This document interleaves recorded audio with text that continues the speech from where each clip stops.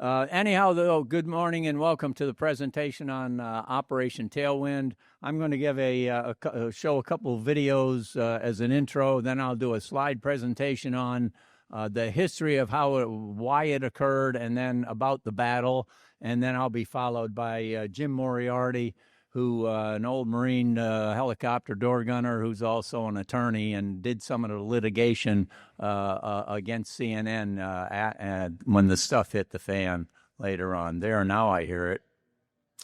So without further ado, let's begin. 4-4, this is 7, stand by a minute. Just come on. Okay, I'll put it a little closer than those trees. Let me come around with a Lao 3 and I'll put it on those trees there. Roger that, Lao 3. Hello, I'm Mike Rose, and I was the medic on Operation Tailwind. The Studies and Observation Group, also known as SOG, was a covert American military unit in Vietnam that specialized in cross-border operations in Laos and Cambodia. In September 1970, 16 Green Berets and 120 Montagnard soldiers, led by Captain Eugene McCarley, departed on Marine helicopters for this mission, which became the largest and deepest raid in SOG history. A larger CIA operation that originated in the White House led to Operation Tailwind's mission, which was to disrupt and distract the enemy from the CIA's current mission. Between September 11th through the 14th, our ammunition dwindled and our casualties mounted. These soldiers and the Marine and Air Force aircrews overhead, who went to extraordinary lengths to keep us alive, achieved the improbable, if not the impossible. 28 years later, little did the survivors of Operation Tailwind know they would have to fight once again, this time to defend our honor and integrity. In 1998, 28 years after the top-secret Tailwind mission ended, CNN produced a news program called Valley of Death, in which they accused all involved of war crimes, specifically using nerve gas to kill women, children, American defectors, and North Vietnamese Army troops. The broadcasts and the media storm it created made headlines throughout the world. For some, questions still linger to this day. I hope you enjoy this presentation that tells the true story of Operation Tailwind.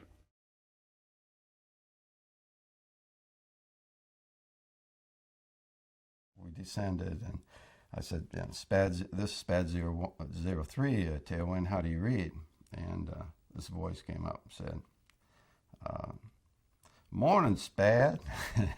And in the background, you hear this pop, pop, pop, pop, and it was like, you're calling somebody next door, while they're having dinner or something. And I said, Roger, Tailwind, I said, what's your condition? He said, well, I'll tell you, SPAD. He said, we're getting our asses kicked down here. And that was Gene McCarley. That was my first introduction to Gene McCarley. Doc Rose constantly exposed himself to the enemy fire to go out and retrieve wounded, drag them.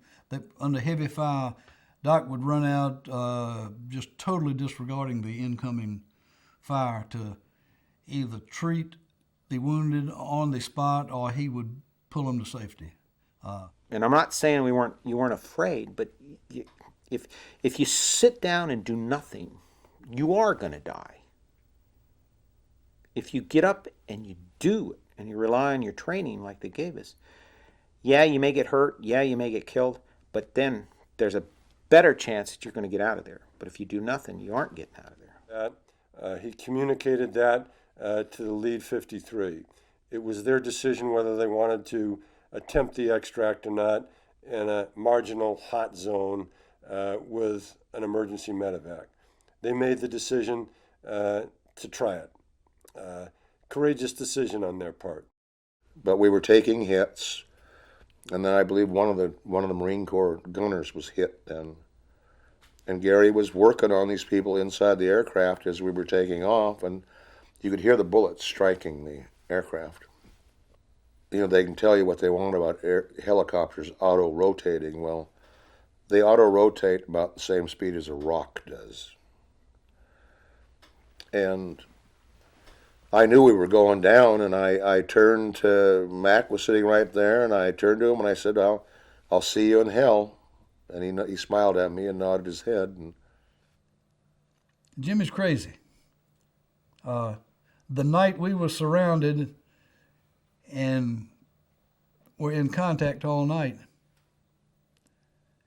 Jimmy supposedly crawled out of his foxhole and crawled out among the NVA to take a prisoner. Now I think that's where he got wounded. Well, they're all on my side. They're all on my side of the aircraft. When they opened up the first time, they were only about 25 feet yards away from me.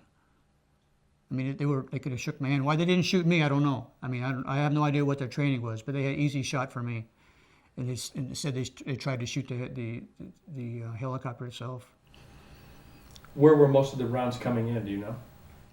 Well, they were coming up with the drive shaft, on top of the aircraft that runs down the tail pylon.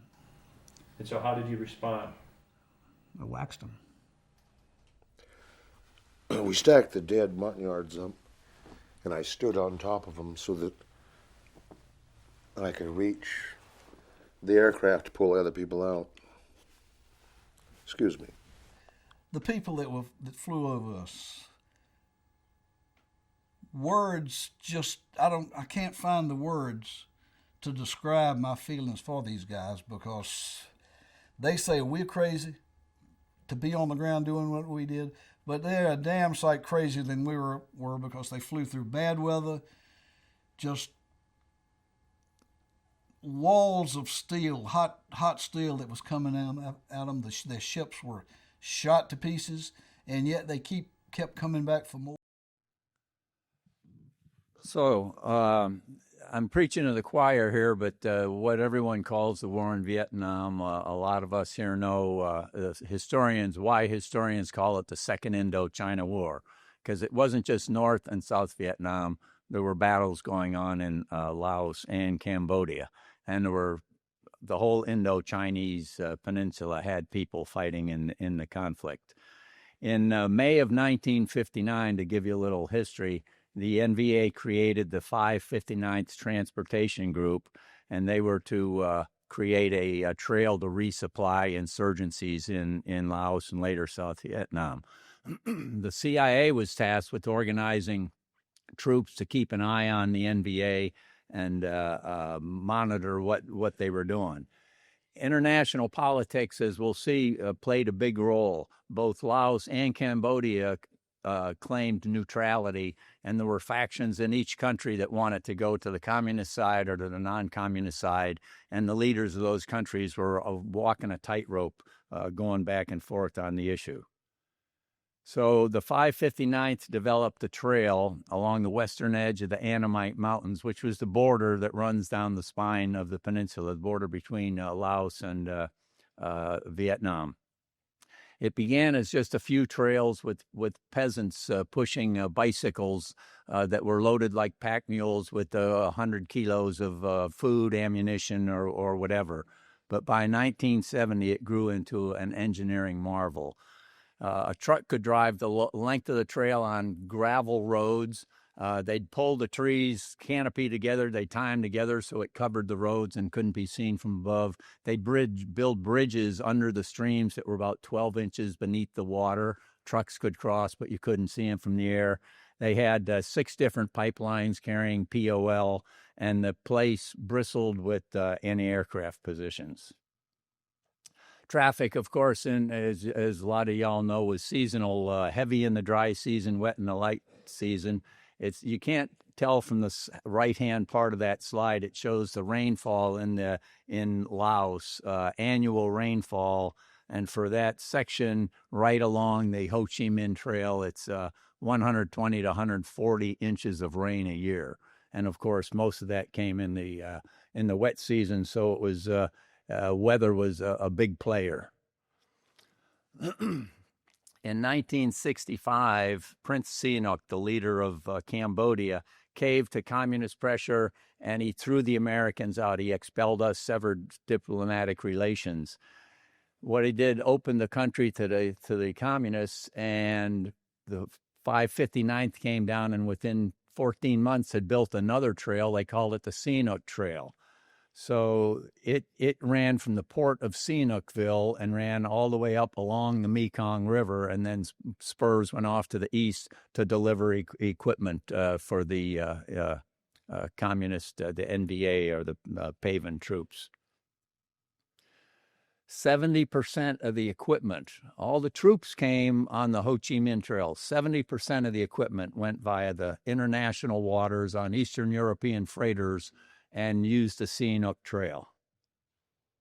So in March of 1970, Sihanouk went up to Moscow and Beijing to visit his communist friends, and a general named Lon Nol overthrew him. There was a coup. And the first thing Lon Nol did was to close the port of Sihanoukville. So now the NVA had a problem. 70% of their equipment could no longer enter, and they had to figure a way of compensating for that. So this isn't a really good map, but it kind of shows you if they could push west from the Ho Chi Minh Trail and get the Sekong control of the Sekong River, it flowed into the Mekong. And that the Mekong was part of the Sihanouk Trail, so they could reestablish the supply chain for their equipment. But to do that, they had to capture the Bolivans Plateau, which was held by the CIA, and that's in that oval that you see there.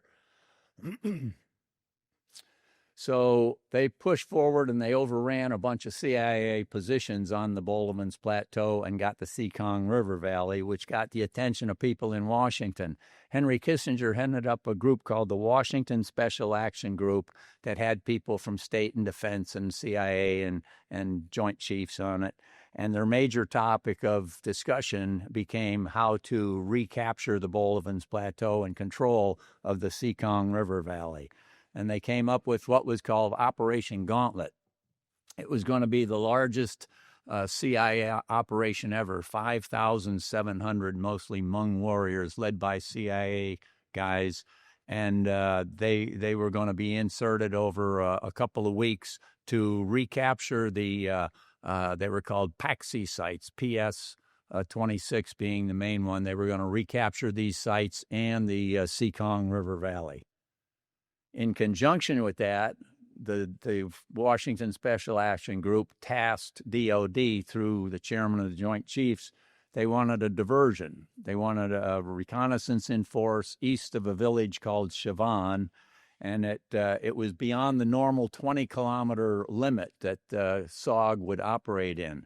So this was going to be a hatchet force, which was usually a platoon-size operation, but this is going to be company-size, 3 platoons, 120 Montagnards, and 16 Green Berets.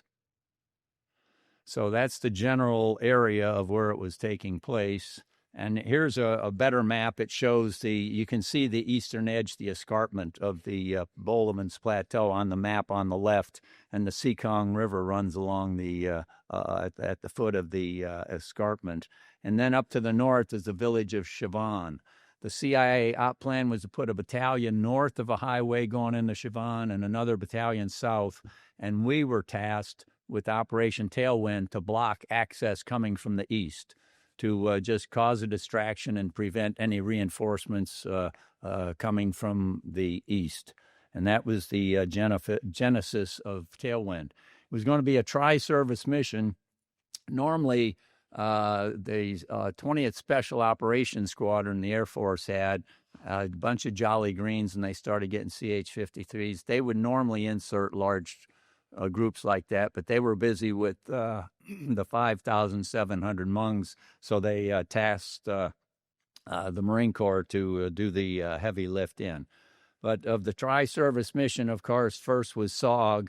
They took over the CIA role in 1964 for reconnaissance on the trail.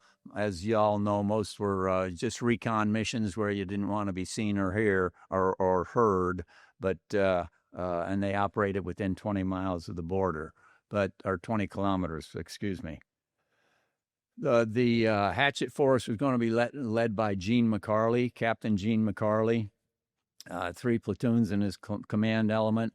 And instead of just going in and occupying some ground and attrit the enemy, McCarley's plan was to play a game of cat and mouse, keep moving, have them chase us and try to find us and raise as much hell as they possibly could. The Army aviation units that were in there, they provided Huey Slicks, call sign Bikini from the 170th. The 361st brought in Cobras, call sign Pink Panther. The 20th TAS provided the FACs. They were flying OV-10s or O2s, call sign Covey. They were based out of Pleiku. 56th Special Ops Wing was flying the SPADs, the A1s, and units call sign Hobo and Firefly came out of NKP in Thailand, where there was a special unit up in Da Nang called OLAA, and they just used the call sign SPAD. Then there was also the Spectre 130 gunships out of the 16th Special Ops Wing, and Airborne Command and Control Central was modified C-130s with the big comm suite inserted, and they'd fly 12-hour shifts during the day, call sign Hillsborough, and Moonbeam at night. Well, we got then the Marines, CH-53s, call sign Dimmer, were based at Marble Mountain, which was up in I Corps, just east of Da Nang. Also, that's where my squadron, Cobra Squadron, call sign Scarface, was based, and we provided Marine Cobras for it. So the plan was we'd bring the Marine helicopter assets down from up by Da Nang, and from Kontum came Covey, the FACs and the Army Hueys and Cobras, and we were all going to meet in Kontum, pick up the SF Hatchet Force at the special FOB2, and then we were going to position to a staging area called Dak To, a base about 40 clicks northwest. We'd wait there till Covey said it was cleared, the weather was okay to go in because it was monsoon season. And then they'd put in the Pathfinder team, and we would follow. So this was approaching Kontum for the scenic runway, approaching for the brief. We landed on the 7th of September and briefed. This was the briefing room, and I got to tell you, they had a map of the area with these overlays, and as they pull these overlays down and the guys start talking about 37 millimeter sights, 50 cals kind of make the hair on the back of your neck stand up when you're a rotor head. But when you see 37 millimeter sights, it really gets your attention. But we briefed and spent the night there. Next morning, we loaded up on the 8th, launched for Dak To. We got to Dak To, and I got to tell you, the Army hospitality was just incredible. This is the sign says, "Welcome U.S. Marines. Welcome to the Dak To Officers Club." They put some fresh sand and dirt on the pallets on the floor. It was just, the hospitality was just incredible. We love it. And I still has a warm place in my heart to this day. So I was up on the roof of the Officers Club, or the bunker, with another squadron mate taking some pictures, and my squadron mate Joe here was out borrowing some flechette rockets from the Army and loading them into a 53, and all of a sudden there's all these explosions go off, and so I grab my camera, I start taking pictures. A couple weeks later, I got my film developed and my slides, and I had beautiful shots of the backside of the lens cover. So I decided not to quit my day job and become a combat photographer. But then I was with Pat Owen. He said, well, how about if we go down and get inside the bunker instead of up here on the roof? And we went down, and I did take a picture just after one of the mortars hit right next to a Pink Panther Cobra. I've had these slides for more than 50 years, and every 5 or 10 years, a squadron mate might come by, and we'd look at the slides, and we'd reminisce or whatever. Never noticed until I was writing a book about the mission, and I got a call from a guy named Pete Gotch, and he says, well, I'm in your photo. And I said, what do you mean? He said, well, look, crawling right by that fence post that's in the bottom middle, right to the right of it, that's me running alongside in the ditch. And that was Pete's Cobra. He and his co-pilot, John Cole, were playing Frisbee on the runway when the first mortar hit. And Pete says, "Let's go," meaning let's go to the helicopter. Well, John thinks he means let's go to the bunker. So John splits for the bunker. Pete runs for the helicopter. He's untying the tail as a mortar hits in front of it. Then he goes to the front to secure the gear in the front cockpit, and a mortar hits behind it. And he's thinking, well, they might have me bracket it. And he's about to climb in when he hears another one come in, and he dives and goes in the ditch, and it hits right behind the aircraft, blows away the canopy, all the engine cowling, and ignites the rocket pods, and they start going. And he does that low run along there. And I put that picture on the cover of the book. I had to, but all those years, never even noticed him. So we had to abort the mission. That's one of our Marine Cobras, also got dinged up. They extracted it back to Khartoum, patched it up, and we went back to Marble Mountain to be put on standby. We went down on the 10th and tried the launch and had to turn around and come back because of weather. So then on the 11th, we briefed, troops are ready, and we loaded up. We went to Khartoum. That's the remains of Pete Koch's Cobra when we were taxiing in. Not much left of it. Couldn't rehab that one. And we didn't overstay our welcome to give the bad guys time to welcome us with any more mortars. So we took off and en route. That's a picture. There's medic Mike Rose in the back, and to the right is Gene McCarley in the back of the CH-53.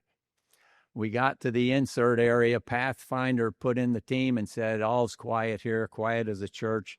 So we went in, and as the zone was only big enough for 153 at a time. First 53 comes in, and the mountains erupt. The hillsides erupt with tracers, as if they were waiting for us. They just shot the crap out of everybody, and they unloaded. Next one comes in, -2, -3, -4. Everybody got shot up. Not a person was killed. Nobody on. There were 3 yards on the helicopters got wounded en route by people shooting at us. But for that welcoming that we had on the insert, nobody was killed or wounded miraculously. So the Gene McCarley gets his hatchet force together. First platoon's leading the way, and they don't go 500 meters, and they run across a big ammo dump. There's a bunch of about 20 of these bunkers. Oh, most of it's, about 4 feet of it's dug below ground, and then the roof's above it. And in these, there's B-40 rockets, 122 millimeter rockets, 23 millimeter ammo, just stuff. So lots of ammo. The demo guys rig everything to blow, and they put a 15-minute fuse on it.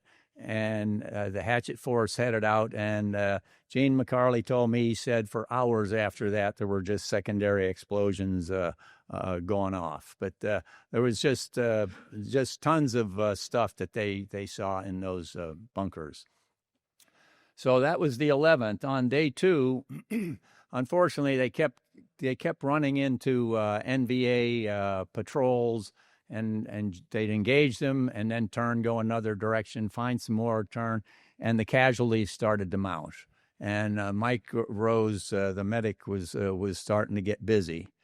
Gene McCarley, the second day, said that what I remember most about day 2 of Operation Tailwind was the disappointment at having the weather turn bad, preventing a much-needed medevac, because McCarley's strategy was to cat and mouse, keep moving, and there were a couple of KIAs that they were carrying, and there were a couple of litter patients too, and it was really slowing down the movement. So the Army decided they'd come in and have a medevac, and it's the Army Huey call sign Bikini, and covered by the Panther Cobras, coming into the LZ, and the Cobra gets shot down, so the medevac turns into a aircrew rescue, and we'll hear more about that later in the panel discussion. So the game of cat and mouse is changing a little. The mouse is getting slower, and the cat's getting bigger. So McCarley found a RON site for the troops, and there was a bomb crater in the middle where Mike put most of his casualties, and then an open area and a perimeter around it. And of course, you don't want to give away your position by firing a weapon, and the muzzle flash would light up the sky. So in the night, the NVA's looking for him, and a grenade battle broke out. And the NVA's throwing grenades, and they're throwing them back and forth, and it was rather an exciting time, but nobody got any sleep. So they're running out of grenades, they're running out of food, ammunition, and sleep. So on 13 September, we attempted a medevac. We were going to send in a CH-53 to get the litter patients out and the most seriously wounded. Found an LZ. They had to blow some trees. Excuse me.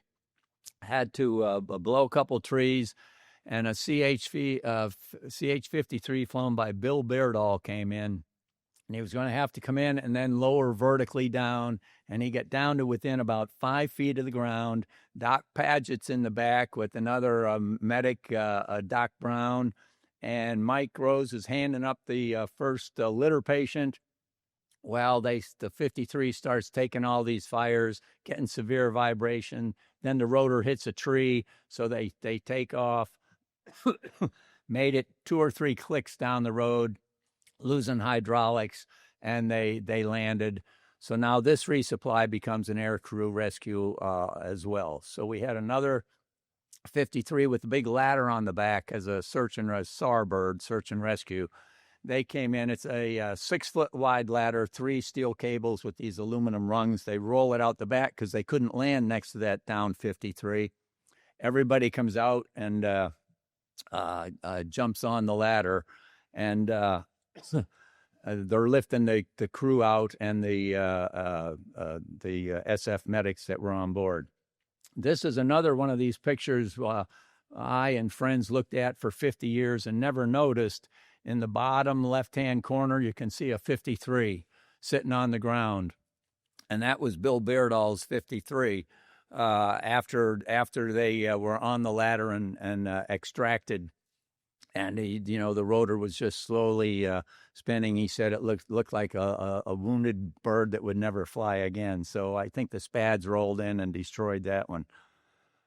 So this is a kind of a poor picture. You can see the 53 with the ladder below it. You can barely make it out, but here's a better picture. And if you notice all the guys on the ladder, there's one down at the bottom, and that's Bill Beardall.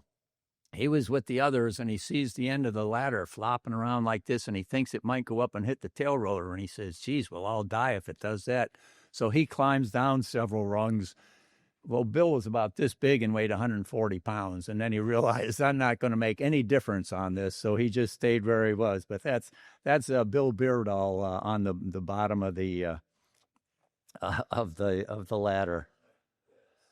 So on the 14th, things were looking bad. The hatchet force was about out of ammunition.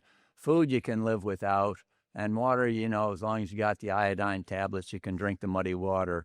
But they were running low on ammo, and they were really slowed by casualties, just dozens of them that Mike Rose was taking care of. And they were pretty well surrounded, and the weather was terrible. And a SPAD pilot out of OLAA, Tom Stump, was able to get in with his wingman. And it's too bad that Tom's not here today. He called from Philadelphia, and he can't make it. But he was able to get in the lousy weather and break the siege because they were surrounded. And Gene McCarley was saying, well, and you saw in the video, he said, yeah, we're getting our ass kicked down here. And fortunately, Tom Stump got in, saved the day, allowed them to break contact, and they headed out, and they heard some dogs barking. First platoon heard some dogs, so it wasn't tracking dogs after them. It was other. So they followed the dogs for about 500 meters, and they came. Let me go back one. They came across this headquarters. There were a bunch of these hooches, and One was a mess hall. It had food cooking. Another was a bunk room with bunks with mattresses stacked 3 high. There were others that had truck parts. They're full of bicycles. But there was one they called Gene McCarley and said, "Captain, you better get down here." And he came down, and there were maps on the wall and these foot lockers full of documents. So he says, "Everybody empty your rucksack. Take all the documents you can." And they take all that they can, head out, rig everything to blow again, and they leave.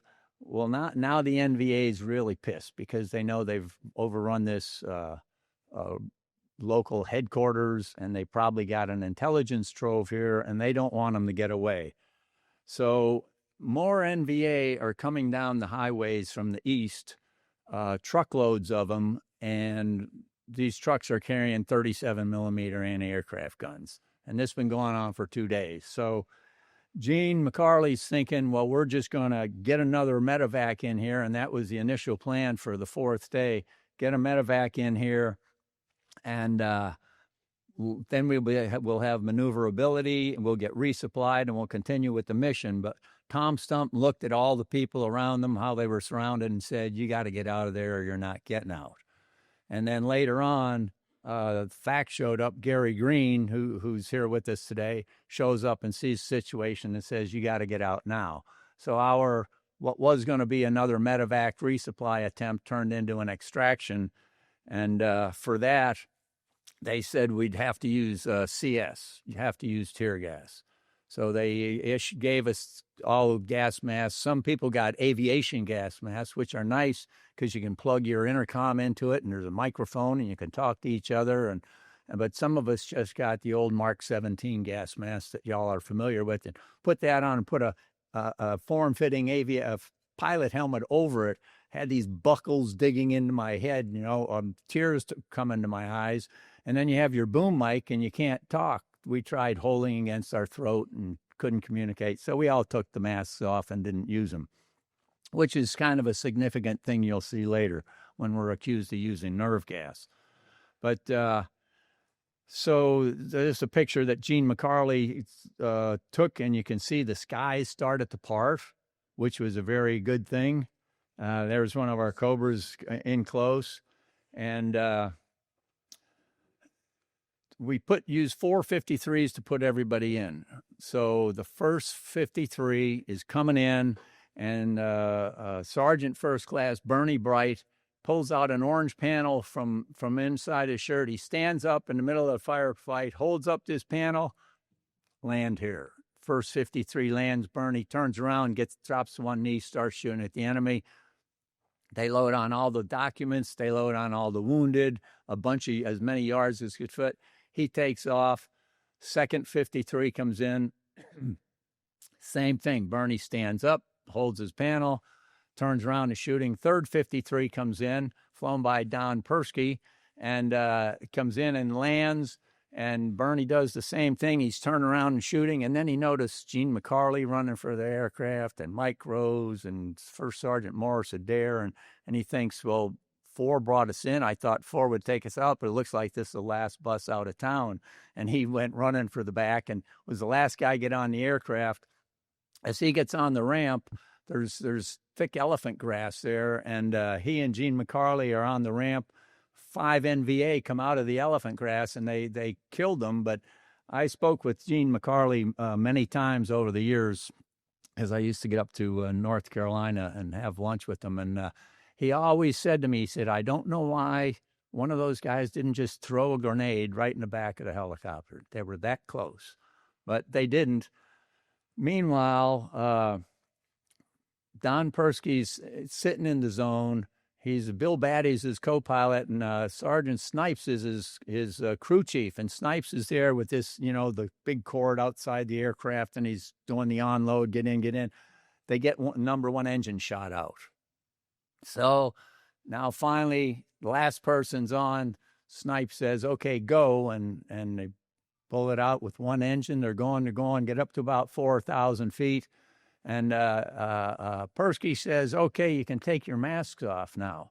So Snipes takes off his mask and he pulls out his cigarettes and goes to light one, and all the SF guys are screaming at him and pointing to the ceiling. There's all this fuel running down. He said, "Don't light that. Don't light that cigarette." So before he could get up to the cockpit, Snipes, the crew chief, could get up to the cockpit, the second engine quit. And Don can tell you the story later. But and then things get mighty quiet, and there's a pregnant pause there while he's waiting for someone after his mayday, waiting for someone to say, "Well, there's an LZ off to the right or off to the left," and there wasn't. But Don can tell us that story later. Anyhow, they ended up down in a river ravine, and this is a picture I got just about a year or so ago from Woody Woodard, who's here today. He rolled in and blew up the 53 after we had it, after we extracted all those guys. We brought in another bird, got everybody off the 53. Unfortunately, 1 yard was killed. The bird hit, rolled over, split open, and his head was crushed. But it's kind of miraculous that more people weren't killed in that thing.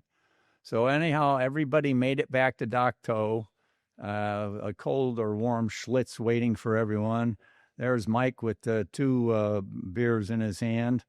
A thing I failed to mention, in one of these bunkers, there was a picture of Ho Chi Minh on the wall, and Craig Schmidt, one of the SF guys, borrowed it, and that was him holding the picture. So this is back at FOB2 a couple of days later. All 16 Americans were wounded at least once, and dozens of Montagnards were wounded. We got a secret message back at the squadron a week or two later, and it said, "Come to Khartoum for a debrief."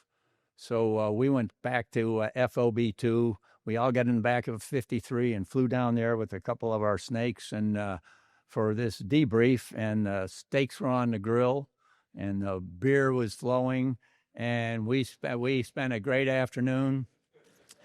Unfortunately, the crew chief on the 53 found something wrong, and we had to spend the night. It was a terrible thing, but we suffered through it. So, like all the missions across the fence, these are top secret, and you don't talk to friends, family, or squadron mates unless they were with you on the mission, and it's not discussed. But there were a lot of moving parts to this operation, a lot of people involved, and some stuff started to leak out. About 6 weeks later, top of the fold on the New York Times, headline was "U.S. Casualties in Laos Reported in Secret Action." And they ran this story, and it kind of sort of had some of the facts true. They made up some stuff, some of it was rumor and all. But the thing blew over in a week or two, and nothing was ever heard of it. And it was buried in a classified vault, I suppose, somewhere for the next 28 years. Then CNN got a hold of it, and they were launching a new show. They call it infotainment in the industry now, but it's like a documentary, and it was called CNN Newsstand, and it was CNN and Time. Time magazine was involved in it.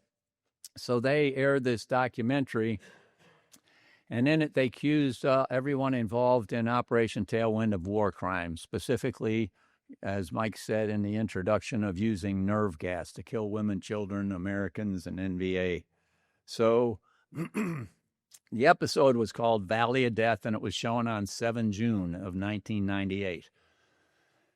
As soon as the show was over, AP Wire Service picked it up. And then the French wire service picked it up. Then the Chinese wire service picked it up. And by morning, it had gone around the world multiple times. And the next morning, around the world were headlines saying, U.S. used nerve gas. This is the same time we're accusing Saddam Hussein of using nerve gas in Iraq. So Saddam's pointing a hypocritical finger at us, and the Russians are pounding their desk at the United Nations. You hypocrites, you use nerve gas. But the Special Operations Association was one of the first to raise the BS flag on this and said this dog won't hunt. It just doesn't smell right. And then Reuters the next day interviewed Admiral Moore, who had been chairman of the Joint Chiefs, and he was in the broadcast, and he said, "Well, I never said that." And then over the course of a week, CNN started to become the topic of news instead of the Tailwind story. CNN itself, the reporting of it. Well, they kind of doubled down, and of course, Time was involved in this, and they wrote an article also saying we use nerve gas. And Time doubled down and rebroadcast the following Sunday. And then all of a sudden it was a tsunami of people saying, just doesn't sound right. So Time, or CNN hires an outside investigator, which Jim will get into later, a guy named Floyd Abrams, a First Amendment attorney out of New York. He comes down, does a quick investigation, and comes out and says the central thesis of the broadcast could not be sustained, and that CNN should retract the broadcast and apologize to the public, and in particular to participants of Operation Tailwind. So they were circling and wagging and playing it tough, and now it's like, how are we going to get out of this? Time magazine also ran an editorial the following week. Their Walter Isaacson, their chief editor, said, like CNN, we retract the story and apologize. But the thing was, and even Ted Turner was on the West Coast talking about at a television critics meeting in Pasadena, and he's talking about his failed marriages and his father's suicide, and he says, but nothing matched the remorse he felt over the Valley of Death fiasco.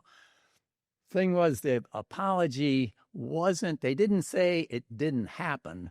They just said, we shouldn't have run the story because we apologize. We didn't have enough information to run the story. So it was kind of a half-assed apology.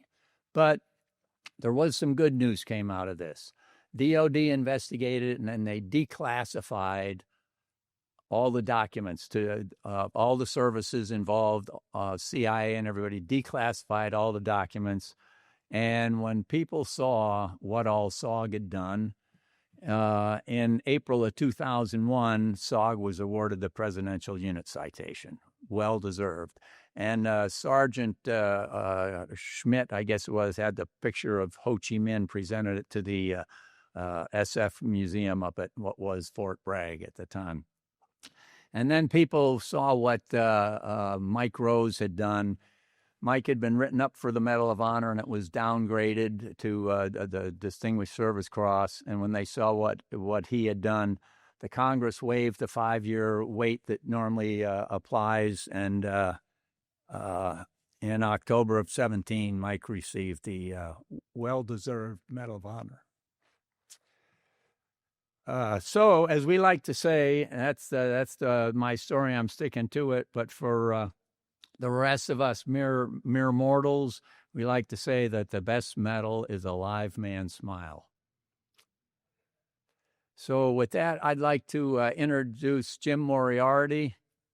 As I said, he's an old Marine helicopter door gunner, 3 tours in Vietnam, and then gave into the dark side and became a lawyer. I don't know what possessed him to do that, but Jim was involved in a lot of the litigation. Jim was involved in making a documentary, or attempting to make a documentary to tell the truth of it and all that. So without further ado, I'd like to present Jim.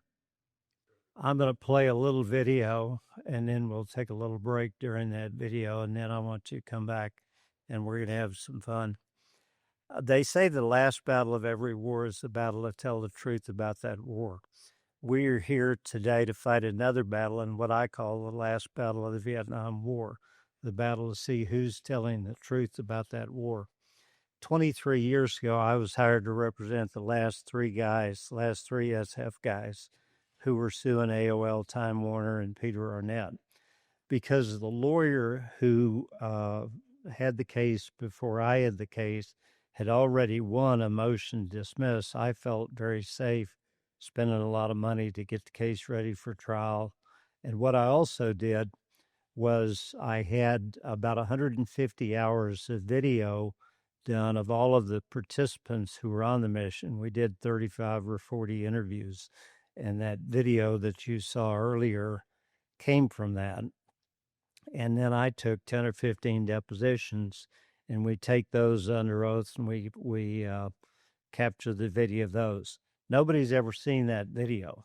That video sat in my warehouse, 140 boxes of documents and depositions and pictures and evidence for 20 years. And I came out here last year and I saw what the presentation was on the South American missions.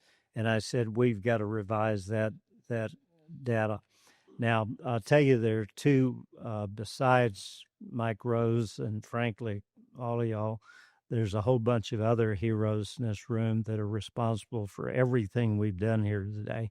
And that's this guy back here with the camera, Rich Benjamin, and it's my stepson, Stephen Tanner, without which this entire program could not have been done. They are the heroes of this program. I took the legal depositions of any number of the witnesses to the crime: Peter Arnett, April Oliver, the producers, Robert Van Buskirk, James Cathy, and others. During the same time, the video crew did another perhaps 150 or 200 hours of video interviews to supplement the 60 or 80 hours of legal video that I had. 98% of this video has never been viewed, even by the participants. Today, you were just seeing the tip of the iceberg. In the next 45 minutes, I'm going to show you that there was no credible evidence of the use of sarin gas. There was no credible evidence of our people out being instructed to kill American defectors. And there was no evidence at all of killing women and children. It did not happen. It is a frigging lie. It is a falsehood. They didn't do it. It was just completely false. The producers of this story had a complete lack of integrity and investigative skills, leading me to believe that they are complete idiots or complete fools. I feel fairly strongly about that. I'm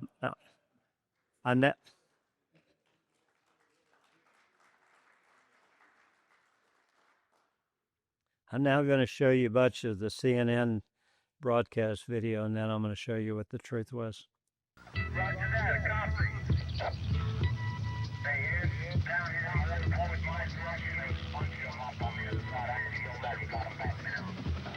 Something happening here. What it is ain't exactly clear. These are the men of Operation Tailwind. Our motto in Special Forces was kill them all and let God sort them out. There's a man with a gun over there. Tailwind voices the U.S. government never wanted you to hear. Nerve gas. The government don't want it called that, but it was nerve gas. Pictures of Tailwind, a black operation so secret, even those who carried it out did not know all the details. What was dropped from there, that was a decision way above my level. This thing's been buried so deep for so long. Buried 28 years ago, during America's secret war in Laos. Death. This was the valley of death. How many of you realize that God is a spirit? Today, Robert Van Buskirk is a born-again Christian, taking his ministry into prisons. He's going to set you free, son. You know that, don't you? Back in 1970, he was First Lieutenant Van Buskirk. 1970, President Nixon was Commander-in-Chief, Henry Kissinger National Security Advisor. A time of division and turbulence, 400,000 troops still in Vietnam. The invasion of Cambodia, protests in Washington and throughout the country, and the killing of anti-war students at Kent State University by Ohio National Guardsmen. 1970, Van Buskirk was a platoon leader on Tailwind with orders to kill everything in sight, including American defectors. It was pretty well understood that if you came across a defector and could prove it to yourself beyond a reasonable doubt, do it. Under any circumstance, kill them. It wasn't about bringing them back. It was to kill them. Tailwind, the largest, deepest raid into Laos by the U.S. military. Leading the so-called hatchet force, Captain Eugene McCarley. We would go into Laos, blow some bridges, destroy anything we came up on. These soldiers were part of SOG, the Studies and Observations Group, a small elite unit of special forces. SOG commandos carried out black operations against unusual targets using unusual weapons. They fought with no rules, were pledged to secrecy. Everything was deniable. Both McCarley and Van Buskirk told CNN they were promised anything in the U.S. arsenal to complete Tailwind's mission, anything except nuclear weapons. The arsenal included a special weapon known as sleeping gas. Sleeping gas was a slang for nerve gas. In other words, when you got hit with sleeping gas, you were going to sleep forever. Newsstand CNN Time contacted over 200 people, from corporals to generals, including dozens who fought or flew in the Tailwind mission. According to military officials with knowledge of the mission, Tailwind held two of the U.S. military's top secrets. The first, the sleeping gas, was indeed nerve gas, deadly sarin, what the U.S. military calls GB. These military sources told CNN that during Tailwind, nerve gas was dropped on a village base camp believed to hold American defectors, and then again to get the SOG team out. The first confirmed use of nerve gas in combat by the U.S. military. The second secret, the hunting and killing of American defectors, was a high priority on SOG missions, including Tailwind. Jay Graves was a SOG reconnaissance team leader, dropped into Laos several days before the Tailwind commando team. His mission? Take photos, if we could, establish ID on people without going into camp. From this position, his recon team spotted several Americans, round eyes, either POWs or defectors. We saw some round-eyed people. We don't know whether they're prisoners or whatever. Graves radioed in the sighting. He was told to hide and wait for the hatchet force. Back at the SOG base in Khartoum, the Tailwind commandos prepared for their mission. Van Buskirk said an Air Force colonel privately warned him about the lethal gas. Be sure you take your gas mask. This stuff can really hurt you. It can kill you. Captain McCarley told CNN off camera the use of nerve gas on Tailwind was, quote, very possible. Later on camera, he said, I never, ever considered the use of lethal gas. Not on any of my operations. Nevertheless, McCarley said he equipped all his men with special gas masks, called M17s, designed to protect against lethal gas. The SOG commandos were also issued atropine, a nerve gas antidote. McCarley also suggested lethal gas was always an option. They might have had some of these other gases available or standing by with the Air Force, but as I understand it, these gases, these CBU lethal gases, are an Air Force ordinance and in their arsenal. CNN has obtained a copy of a 1971 Manual of Chemical Weapons in the U.S. military arsenal. It shows a vast array of nerve gas weapons containing the nerve agent GB, more commonly known as sarin. Sarin, the same lethal nerve gas used 3 years ago in a terrorist subway attack in Japan.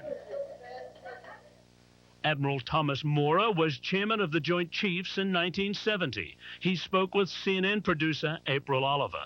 Morally, you would have no objection to lethal gas being used if it protected American interests. I would be willing to use any weapon and any tactic to save the lives of American soldiers. Oliver asked Admiral Mora about a special weapon the military calls CBU-15, a cluster bomb unit that was filled with GB, sarin nerve gas. Mora confirmed that nerve gas was used in Tailwind. So CBU-15 was a top secret weapon. When it was, it should have been. I'm going to put it that way.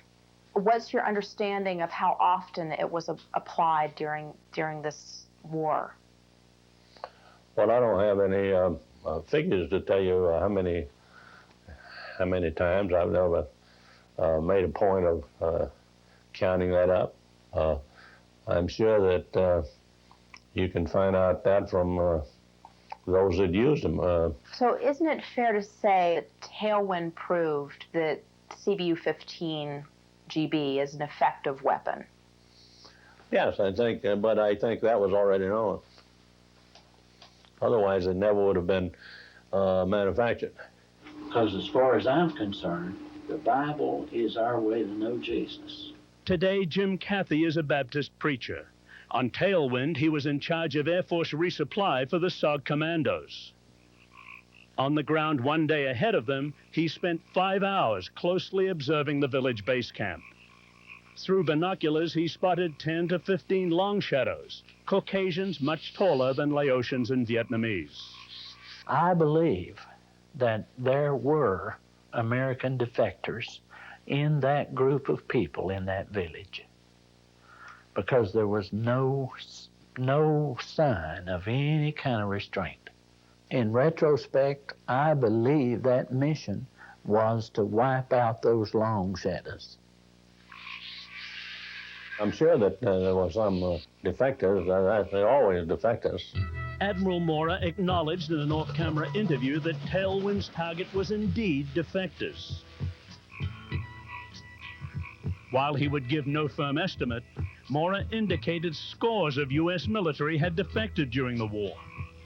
Other senior military officials also confirmed that Tailwind's objective was a group of defectors collaborating with the enemy. These officials say the Tailwind mission was not unique. For SOG, defectors were always considered a target of opportunity to be eliminated. Former SOG commander John Singlob told CNN, quote, "It may be more important to your survival to kill the defector than to kill the Vietnamese or Russian. American defectors' knowledge of communications and tactics can be damaging. Singlob argued it's better to kill defectors than to risk lives trying to capture them."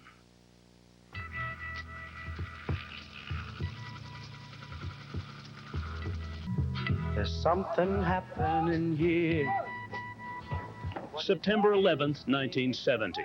With long shadows, round eyes, pinpointed, the Hatchet Force team of 16 Americans, leading about 140 Montagnard mercenaries, departed from a launch site at Dak To, South Vietnam, flying about 60 miles deep into Laos. Taking heavy enemy fire, they landed several miles from the village base camp. Mike Hagan was a platoon sergeant on Tailwind. We had casualties before we even hit the ground. Enemy everywhere, the SOG company, moving constantly, was in firefights day and night. Squad leader Jimmy Lucas. When the gunships got shot down, we never expected to come out. I didn't. It took 3 days to get near the village base camp, where the men believed to be defectors had been spotted. American warplanes, bombing and strafing, drove the enemy away from the exhausted SOG team. The ground fighting subsided. According to military officials, during the evening, American planes gassed the camp with deadly sarin nerve gas, dropping the special weapon CBU-15. Then, the next morning, Van Buskirk led the assault. I was on the offensive. I had already been wounded. I wasn't in a good mood. Firing automatic weapons and tossing grenades into the hooches, the commandos met little resistance. Suddenly, Van Buskirk spotted 2 Caucasians. One went down a spider hole, the second ran toward it. Early 20s, blonde hair. You know, looks like he's running off a beach in California. Needs a haircut. This is a GI. Boots on, not a prisoner. No shackles, no chains, nothing. Van Buskirk held his fire and raced the man to the spider hole. Tried to grab him, but missed. The man slid into the hole. Van Buskirk shouted, "I'm Lieutenant Van Buskirk, 5th Special Forces. I'll take you home. Come on out." In perfect English, with no accent. He said, "F you." But he said the word. And I said, "No, F you." Convinced they were defectors, Van Buskirk threw a white phosphorus grenade down the hole. He believed both men were killed instantly. The commandos wiped out the camp in approximately 10 minutes. The majority of the people that were there were not combat personnel. The few infantry people that they had, we overran immediately. We basically destroyed everything that was there. And as we were going through it, there were the dead bodies. The count was 90-some, upwards of 100. Including women and children. Then, Montagnard fighters reported this to Hagen and Van Buskirk. Beaucoup, round eyes, many. In the hooches. Bodies that looked like Americans. Dozen, 15, maybe 20. Van Buskirk looked inside only one hooch. He says the dead looked like hamburger meat. When I looked in the hooch, it was a mess. It was just pieces of human beings. According to several commandos, the bodies thought to be American defectors were not identified, and no bodies were brought out. Later, Van Buskirk says a SOG colonel, in keeping with SOG's code of deniability, ordered him to delete his description of killing 2 American defectors from his after-action report. I was told the best thing would be just take that out of the after-action report. It wasn't germane, and I did. To this day, Captain McCauley denies Tailwind's mission was to kill defectors, saying his orders were to draw enemy troops away from CIA mercenaries embattled nearby. We weren't looking for any village. We had no idea that one was there, and we stumbled upon it by accident. But several former senior military officials have confirmed to CNN that the village and the defectors were Tailwind's objective. With the camp overrun, it was time to get out quickly. More enemy troops were gathering on a nearby ridge with anti-aircraft guns. The SOG team, wounded and low on ammunition, moved through tall elephant grass towards the landing zone beneath the ridgeline. The enemy began to charge. Desperate, the commandos called for gas. I said, I want the bad of the bad. We were told to put on their funny faces because War Daddy said we're coming in with gas. Tally ho, coming in hot.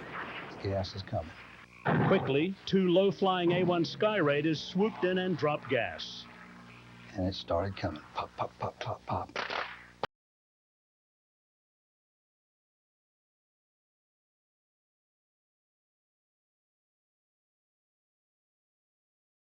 Near the base of the ridge on top of the advancing enemy, a direct hit. Unprepared and without masks, the enemy was affected immediately. They had thrown up. They were in convulsions on the ground. I don't think too many of them got up and walked away. As the commandos struggled to get out, some of the gas spread across the elephant grass into the landing zone. It was tasteless, odorless. You could barely see it. As the choppers descended, their blades helped disperse the drifting gas. Hagen and many commandos were without gas masks, lost or damaged in the fighting. Van Buskirk discarded his. I'm running, I'm shooting, and quickly I'm throwing up. I'm unable to breathe. To reach the choppers, Hagen says some of the commandos had to climb over enemy bodies. I look down into this valley. All I see is bodies. And they're not fighting anymore. They're no longer combatants. All 16 Americans were wounded, but got out alive. Without the gas, we would have never made it out. As many as 60 Montagnards were killed, nearly all the rest wounded. Hagen had cut this off here because there's 5 minutes more of what we in the Marine Corps call bullshit. You guys are welcome to take a little 5-minute break if you want to. We've got another 45 minutes or an hour of work. You want to take a little break or you want to keep going? Okay. Most of you want to press on. We will press on.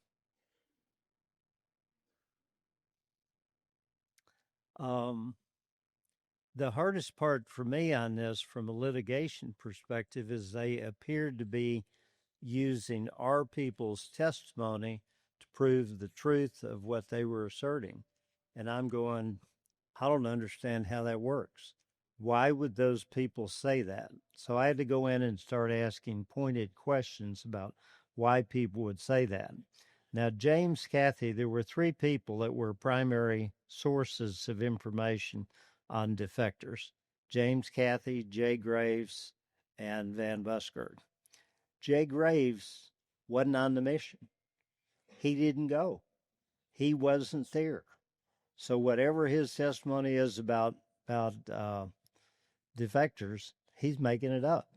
It simply didn't happen. James Cathy is a really interesting guy. He's a preacher. You know, preachers always want to see to it you know the truth and share the wisdom of life with us. Well, we might ask this question: why would the NVA keep American defectors more than 60 clicks away from the battlefield? And when we're relying on James Cathy to talk about that, the problem we got is James Cathy wasn't on the mission either. Now, how many of y'all have seen wannabes in your experience? Raise your hands if you've seen wannabes. Okay, so let's judge who James Cathy really is. Oops, wrong sequence. The first question is, where did the idea of an incapacitating gas come from? Did John Plaster, when he was writing his book, did he snitch us out? Did somebody that was on the mission, did they snitch us out? But let me tell you a story about how the media works. Most of the time, in most stories in the media, somebody's planted the story, and Plaster is indirectly responsible for this, because Plaster comes out for the first time in 1995 and discloses SOG and SOG's mission. April Oliver and a guy named Mike Marriott go down to Fort Bragg, and they're down there shooting a story, and that story was crap too. But while they're down there, Mike Marriott tells April Oliver about some secret weapons in Vietnam. And let's listen to Mike Marriott talk about these secret weapons. You ever heard the phrase pot pie? Pot pie? Pot pie? Yes, I have heard. You ever heard the phrase Glink? Mm-hmm. Tell us about it.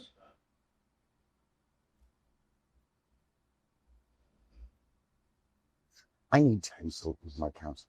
Now, let me ask you a question. How many of y'all have kids? You got a kid that comes in and has got chocolate across his face. He's been in the kitchen, and you've heard the cookie jar open, and you go, John, did you raid the cookies? And there's this, we call that the what the fuck am I going to say now moment. Okay. Tell us about Pot Pie and Glink. Pot Pie and Glink were the monthly code words. What was Pot Pie? It was described to me, I have no knowledge of whether this is true. It's described to me as ordnance that was frozen in freon gas.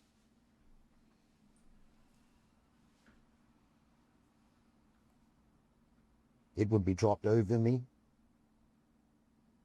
and you had like 2 minutes to pick it up. And it was like frisbee shapes, football shapes, a mixture, and you'd throw them out around you. And within a minute or two, they would self-activate as they warmed up in the hot temperatures of Vietnam. And that's when the weapon became active and was like a mine, is the way they would describe to me. Was this Pot Pie, this airdropped frozen mine? They were described as anti-personnel mines. Okay, and what were you told Glink was? Glink was a powdered, soft powdered gas dropped by a CBU, a cluster bomb unit, that they'd drop it over you, and that you weren't to worry. and it would explode over you, but only this fine powdery gas would come out. What kind of gas was this? I have no idea. I have no idea. What were you told? That it was the form of a sleeping gas. You were told to lie on your back, fold your arms loosely, and take a deep breath. What would happen after that? You'd go to sleep. How long would you sleep? I don't know. I never tried it, Counselor. Well, what they tell you? But what they told me was that then a rescue helicopter in the form of a Jolly Green Giant or whatever could get into you would come in and put a sling through your arms and lift you out. And they would have on board the rescuing chopper an antidote. It would paralyze you at first, hence they'd ask you to fold your arms. It would literally paralyze you so you couldn't move. That was what Glink was described to me as. Do you recall having dinner with April that night and having a discussion with her where you acknowledged to her the existence of Pie and Glink? I told her that at dinner. And what did she say? You know, I don't remember. She was actually surprised, wasn't she? Oh, anyone was surprised. Well, she was surprised. I think she was surprised. So clearly you knew about it and she didn't. True? Very few people knew about stuff like that. Well, that's not my question. Remember a few minutes ago when I asked you, did you tell her or she told you? The truth is, what happened is you disclosed to April Oliver there at Fort Bragg the existence of an incapacitating gas that you had been told about called Glink. Well, let's go back to basics. Whether you call it an incapacitating gas, whether you call it Glink, whether you call it sleeping gas, or whether you call it something that puts you to sleep, you disclosed that to April Oliver for the first time there at dinner at Fort Bragg. True? Yes. And she was surprised. True? She was surprised. She did not know about the so-called use of incapacitating gas or sleeping gas or Glink or something to put you to sleep, whatever you want to call it. She did not know that before you told her about it, did she? She did not. So the whole story about where this incapacitating gas came from wasn't SF, wasn't the Fort Bragg guys. It was the cameraman who had been a CBS cameraman for 7 years in Vietnam. He disclosed it to April Oliver, and April Oliver took it and ran with it. Now, we also have another person talking to us about defectors, so let's listen to Mr. Cathy. I'd like you to answer my question. What was my question? Did I recall President Nixon having to do with my oral instruction? Was that it? Right. Okay. And President Richard M. Nixon and CIA Director Cecil McGee were on a telecon that I was involved with. I was on R&R in Hickam, Hawaii, in Waikiki. And somebody came up to my room in the hotel, and I'm trying to remember what the name of the hotel was. But anyway, he came upstairs and told me that there was a man down in the lobby who wanted to talk to me. I went downstairs. I was still waiting for my wife to arrive from the States. And the guy in the lobby said, I've got a telephone patch for you if you would come out in the limousine. And the limousine was sitting in front of the hotel. And President Nixon himself said, Jim, this is Richard Nixon. I want to tell you something. I said, fine. He said, I've got a job for you. and your friend down in Tonsanute Air Base is going to call you and give you the particulars on what I want you to do. And he said, I've got Cecil McGee sitting here with me. And Mr. McGee said, hello, Jim. And I said, howdy. You know Cecil? I don't know. Had you talked to him before? Never had. How did you know it was Cecil McGee? He said he was. Did you believe him? Yes. And I recognized Richard Nixon's voice. And so they told me that this friend of mine, and I cannot for the life of me remember his name, but he was one of the ones in the operations career field in Amarillo, Texas, where I went into the 271 career field. And he was then stationed at Tonsanute Air Base as the NCOIC of base operations. And so he told me I was going to get a call from him, and he would give me the particulars on my in-country R&R that he wanted me to spend. And so I did.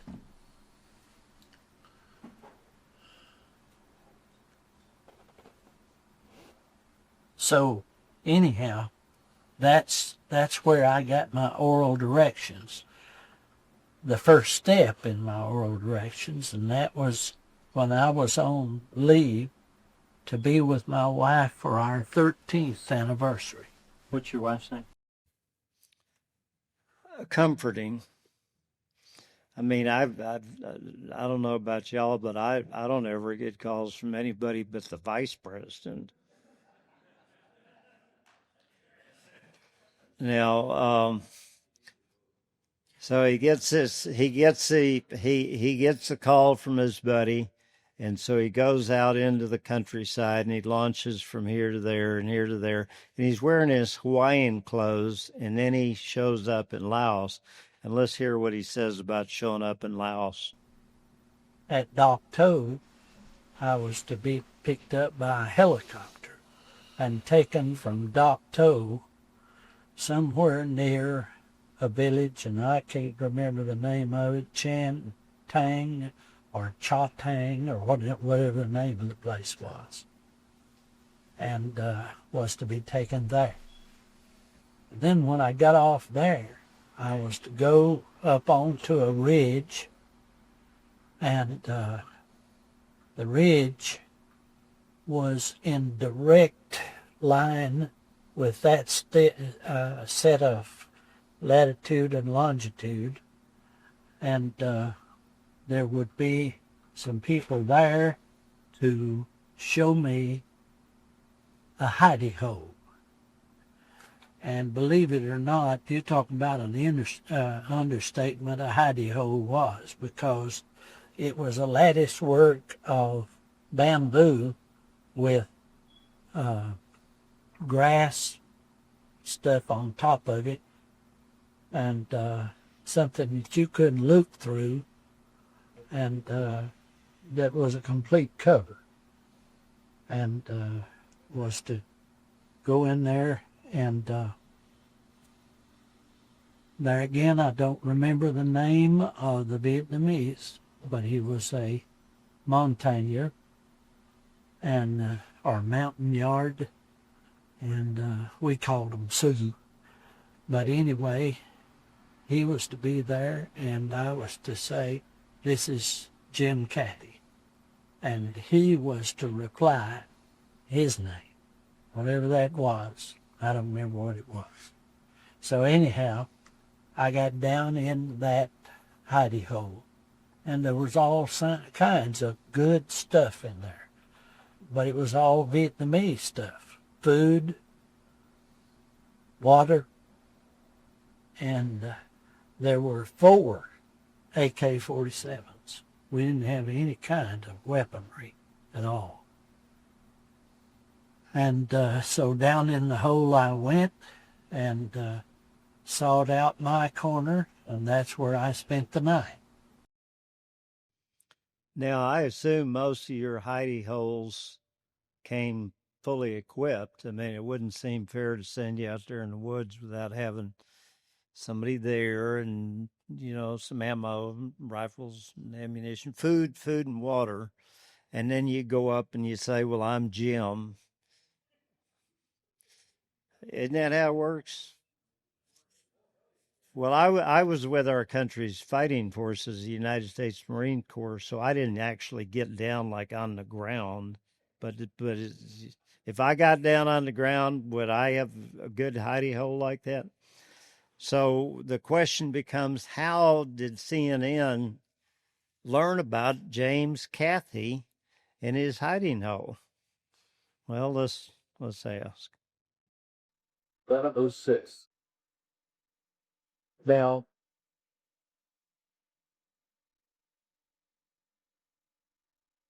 you're telling us here today that you don't have, and correct me if I'm wrong, that you don't have any reason to believe, or you don't have any memory of Cathy being on the mission. None whatsoever. But you talked to Cathy extensively about the mission. I wouldn't say extensively. Well, what did he tell you when you two first met? We had just built a church on the prison in Spindale, and I was asked to, I was on the committee that built it, and I was asked to preach, and all the people that had helped build it and everything were there, and he was there. I'd never met him. And I shared the part of the story of Tailwind and the German prison experience, and when it was over, he came up to me and he said, "I'm Cherokee Chief." And I said, "Well, I don't know what that means." And he said, "Didn't you remember I had a radio relay site? You're the Black Sergeant." He said, "I remember your voice." And I said, what were you doing? He said, "I was a radio relay site to get you a resupply drop." And I looked at him and I said, "You missed. If that's what you've been doing, you missed. I don't remember us ever getting a resupply drop." And then I asked him what he was doing, and he said, "I'm a Baptist minister." And I made a joke. I said, "Well, you missed again." And I left. That was the end of the evening. And later we had more services there at that prison, and I believe he was a chaplain at the jail or somewhere, and I would run across him on occasion when I'd go in to meet with the inmates in the jail or the prison, and we just visited. And I gave him a copy of my book at some point in time. But I've never extensively talked to him, per se. Well, let me ask you this. Do you know what a wannabe is? Oh, I know what a wannabe is. What is it? It's somebody that, quite a few of them in prison, they want to be a war hero, a war veteran, and they claim they were places they weren't and did things they didn't, and you just learn to listen and follow what you're doing. What's a remeth? I don't know. Rear echelon MF? Oh, RIMS is how you pronounce this. Yeah. We don't need to pronounce the last two words. What's the first two? Rear echelon. How about a pencil pusher? That's a crude a way of addressing you support people. The record in this case indicates that Sergeant Cathy was a 35-year-old married to E7 who his military career, according to his records, was working in base ops. And the record also reflects that he was working at Tonsanut, I think, or Benoit Air Force Base in Saigon in September 1970. And he claims that he got a call from President Nixon while he was on R&R. Did he tell you about that? When that's the first time I heard it, when I got back in town and was talking to him and asked him how it went.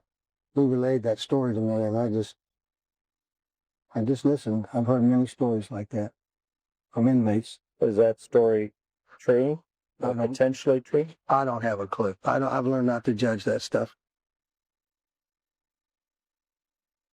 Isn't one of the commandments, thou shalt not lie? I totally agree, but it's also, I'm not to judge others, and I just listen, and you wouldn't believe the things that I hear from inmates and Baptist preachers. Well, here's my point.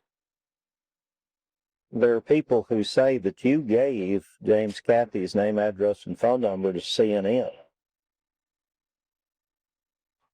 That may be true. I think at one point in time, April Oliver asked me to write down anybody that knew anything about Tailwind. And I know I did give her one Air Force sergeant's Texas phone number, and I may have given her Cathy's. When I wrote the book, the Washington Post reporter, this is 1983. Well, you would have had to been in the room to smell the odor of the room. Now,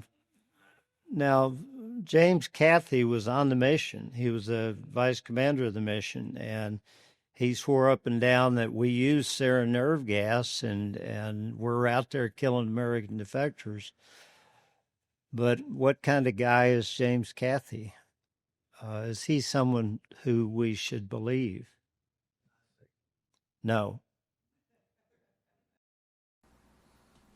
Tell us about your criminal history. When did you start getting in trouble with the law?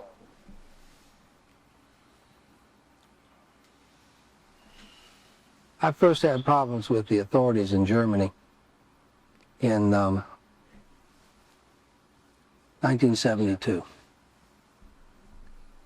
That was resolved in 1973. What were you charged with? I had a whole list of charges. Basically, the suspicion was that I had sold automatic weapons to terrorists. That was actually the Bader-Meinhof gang. The Bader-Meinhof gang was mentioned, the Red Brigade. That was by the German government, not the Americans. But the American government had the responsibility to do an Article 32 investigation, which they did. In the course of that investigation, they found no evidence to sustain these charges, and the only witness they had against me was charged with perjury and sentenced to 5 years in Leavenworth for perjury against me. Yeah. But the Germans have the authority under SOFA, Statute of Forces Agreement, to follow those charges through. And the Americans had to, under agreement with Germany, they had to turn me over to the Germans. What was my question? I don't remember. What were you charged with? I was charged with possession and selling automatic weapons, shooting drug dealers, or robbing drug dealers. Now, I'm trying to differentiate alleged crimes. I'm just telling you what the charges were. One of them was shooting drug dealers. Or wounding, conducting raids upon drug dealers or something like that. I don't remember. Okay. And robbery of drug dealers? Yes. Why would they think such a thing about you? Well, apparently in Munich, and I was stationed close by in Bad Tölz, a group of Americans had kicked in the door of some drug dealers that were Americans, by the way, and apparently had shot one in the leg and stole all their money and their passports. Mm-hmm. And I was charged with that, and later the witnesses in a lineup said that I wasn't part of it. It was all a case of mistaken ID. I believe it was. Now, I'm from Texas. In Texas, we like our guns. But I got to admit, even in Texas, it's a crime to rob dope dealers. Now, it's only a misdemeanor, but it's still a crime.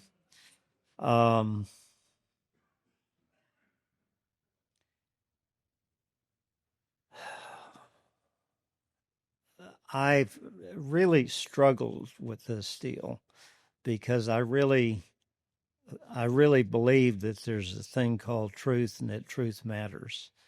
And I was just offended to the core that they were calling people that I knew and people that I liked and people that I respected war criminals, people who had killed women and children, people who would kill American defectors. I know what you guys would do to bring in another. I personally know what you would do.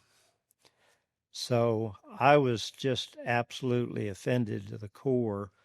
And this next segment of one of our favorite people, Peter Arnett, just absolutely offends me to the core.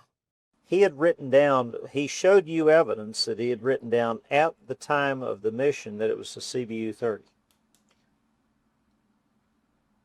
If that's what I'm saying, I will go by the script. I'll accept the script. Okay. Tell you the truth. And as we sit here today, we know CBU-30 is the cluster bomb unit that drops tear gas.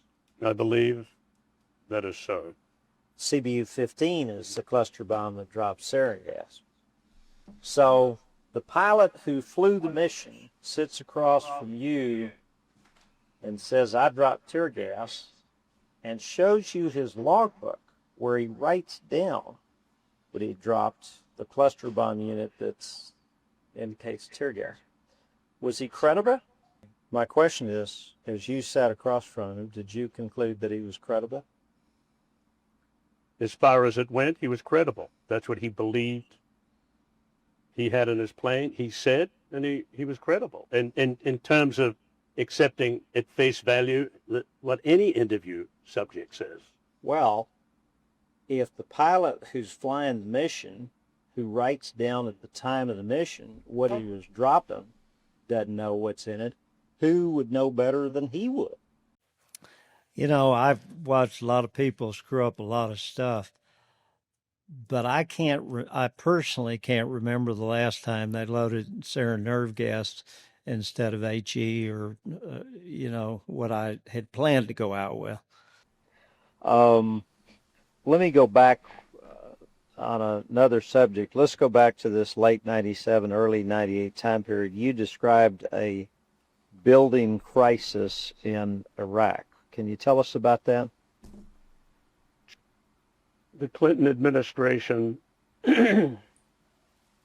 was concerned that the UN inspector teams that were in Laos in Baghdad weren't getting access to significant areas where weapons of mass destruction may be concealed. And the Iraqis were resisting attempts by the U.S. and the UN also to allow access. So one of the senior inspectors, a man called Scott Ritter, made a big issue. I interviewed him several times about hidden weapons. And this led ultimately, late 98, to a Clinton administration, the 3-4 day bombing of Baghdad, which I was not there to cover. But so this required, however, just daily coverage. Kofi Annan visited at one point in time, I think in February. He visited to try and cool down the crisis. There were, interviewed, senior officials like Tariq Aziz. It was just a very busy time. And that crisis, as I said, did explode late in 98 in the bombing of Baghdad, the renewed bombing of Baghdad. And the reason that Clinton renewed the bombing in Baghdad was because Saddam Hussein threw the United Nations weapons. Yeah, in the end, sure. By the end of 98, the inspectors were gone, and the bombing occurred. To have someone review the story after the shit hit the fan, the CNN brought in a very senior lawyer named Floyd Abrams. And Floyd Abrams was hired not to find out what the truth was, but to find out whether the story was supportable. I personally believe that brings tremendous dishonor to our country. If we are not willing to find out what our people have done wrong, we don't exist as a country. And if we use sarin nerve gas, if we were out killing defectors, our children would be entitled to know that. Our parents would be entitled to know that. Well, let's go back and let's talk about the times in 1998. We'll do one of those sort of retrospective things like they did in this program. Saddam Hussein is attempting to throw the weapons inspectors out of Iraq. So on June 6th, 1998, or at some point in time before that, Mr. Kohler's position was apparently, and I'll represent to you that we have evidence of this, to the president of CNN. I managed to jump from one to the other, but we're running out of time.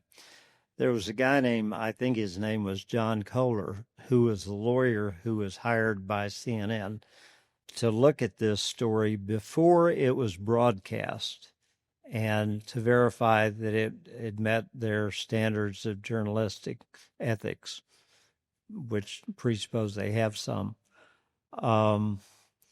But he was the lawyer to look at the story and make sure the story was right.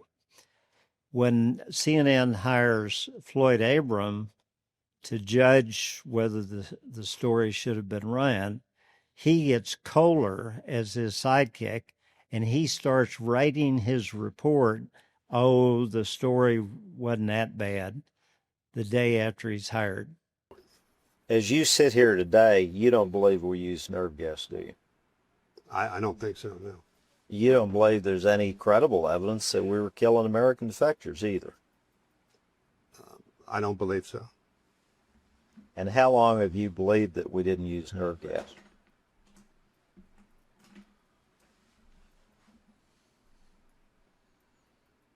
My own views, which I just expressed to you, I came to while I was working on the report, I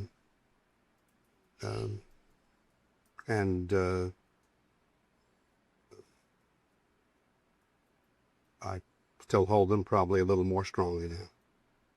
It's, we all screw up. We all make mistakes. We all do things wrong sometimes. And when we do, we owe it to the people who we have done wrong to look them in the face, say, I made a mistake, I screwed up, and what can I do to make it right? That's what we owe it. We owe it to our wives, to our children, to our parents, to our friends, to everybody. We all do it.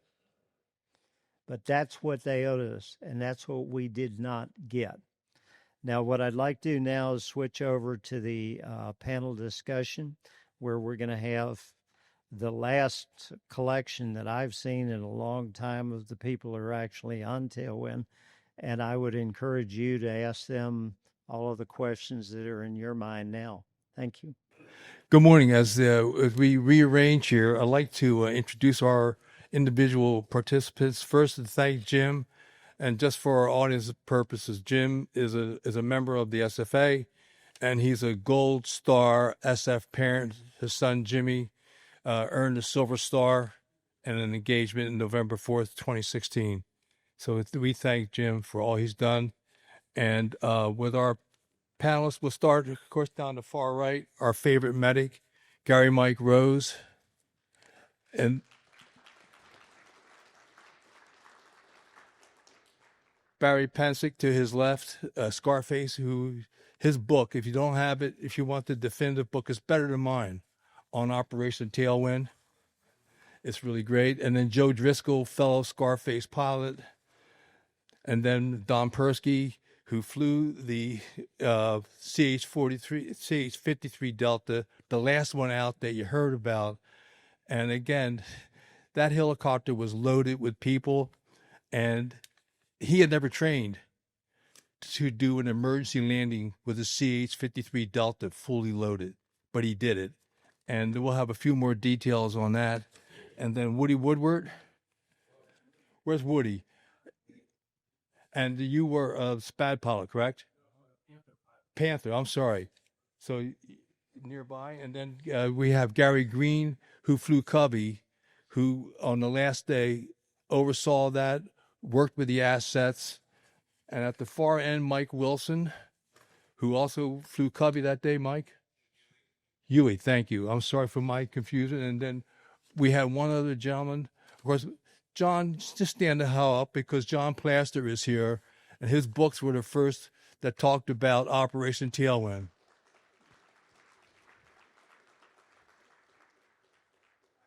I don't want to be part of the panel. You're not. Have a seat. Indeed. Thank you. And then we have Doc Padgett, who was on the scene day 3 for the attempt to get the wounded out. And this famous photo from Operation Tailwind with the CH-53 Delta with the ladder. Doc was on it. And initially, when they came in with the ladder, everybody was just standing around. And Doc just assumed people were going to climb up the ladder. He said, "Follow me." So he's the first one up the ladder. He's near the top. And we also have Brian Sweet. Is Brian here? And he was the commanding officer with the bikinis back. Thank you, sir. Of the Panthers. So before we started, Barry was kind enough to leave out 2 points that I'd like to talk about. On day 1, or Mike and I have talked about this a little, it's in my book. On day 1, at the end of the night, the CP was set up. An RPG came in, exploded, went past our people, exploded, and the shrapnel came backwards. And Mike was severely wounded, a hand injury to this day, which infects one of his hands. It cut through his jungle boot. He taped it up. He used his Car 15 for a crutch for the next 4 days on the mission. And that was one of the other people in the command post were wounded, as well as several of the indigenous troops. On day 1 also, when they talked about the operation, once it got on the ground, there was this classic moment where they're in that NVA compound. A telephone rang. Gene McCarley picked it up and said, "Hello, 5th Special Forces Group, may I help you?" And so with that, I'd like to turn it, go into a Q&A. If there are questions from the public of our participants, this is the first time we've had everybody with the Covey Riders, and to have Mike with us today. Thank you for everyone making the extra effort. Questions from the audience first, or would we like to talk to, or my thought would be Gary Green, who oversaw day 4. And if there's any questions for Gary, this is a quick open format. We're going to be here until the next show starts. There'll be a lunch at 12 o'clock, but we're staying. So we're here for this program. Anything from the audience first? If not, then I'd like to have... Read the question and answer. Yes, sir. And with Persky, who was the pilot of that CH-53 Delta, if you, Don, could share just a little bit with us what that was like without the training for a full helicopter. And then in both the books, at some point, the second engine goes out. He gets over the mountaintop. The second engine goes out. He's got his CH-53 Delta loaded with troops, and there was radio silence. He was hoping somebody would say, "Hey, I see a potential LZ somewhere." It didn't happen. He was on his own. If you want to talk a little bit more about that historic moment, sir. Sure, I'll be glad to. To kind of set the stage, people talk about the great piloting of the auto rotation, and for me personally... No, hold it tight or close to you. How's this? Better. When we initially pulled out of the zone, fully loaded with one engine, so when you hover a helicopter, that takes a tremendous amount of power. And as you move forward, you go through what they call translational lift. And then when you get forward speed, it requires less power. But that balancing from in a hover to start rotating forward requires even more power. So to me, that was just such an amazing accomplishment that we were able to get that thing out and airborne and not crash right as we pulled out. To say there was confusion in the cockpit is an understatement. When Barry talked about the different gas masks, we had the great ones that you could speak with. But these things probably hadn't seen the light of day since World War II. They were all fogged over. And one of the things with the communication is you had to be on hot mic. which means you can't close off any communication. So if everyone who's on there, the pilot, the co-pilot, the crew chief, all the gunners, you hear everybody breathe, talk. As we got out of the zone with the gas, I couldn't communicate with my co-pilot or anybody else because one of my door gunners had got shot in the neck and was gurgling. And Mike could probably tell it better. As I was told, ultimately he went and stuck his finger in this bullet hole and got him off of the ICS so we could at least communicate, and started clearing up this confusion. And as we're flying out, one by one, with fuel drenched all over the cabin, I could start get communication, got our masks off, got our boom mics on, started talking to my co-pilot, and fat, dumb, and happy. We had the power. We were climbing out. We had gotten out of a shit sandwich that I didn't think we were going to get out of. And then all of a sudden, total silence. The second engine goes. At 22 years old, in spite of everything, what I wanted to do is maintain my cool on the radio. And I do remember saying, Mayday, Mayday, Mayday. Lost my second engine, and I've got no place to go.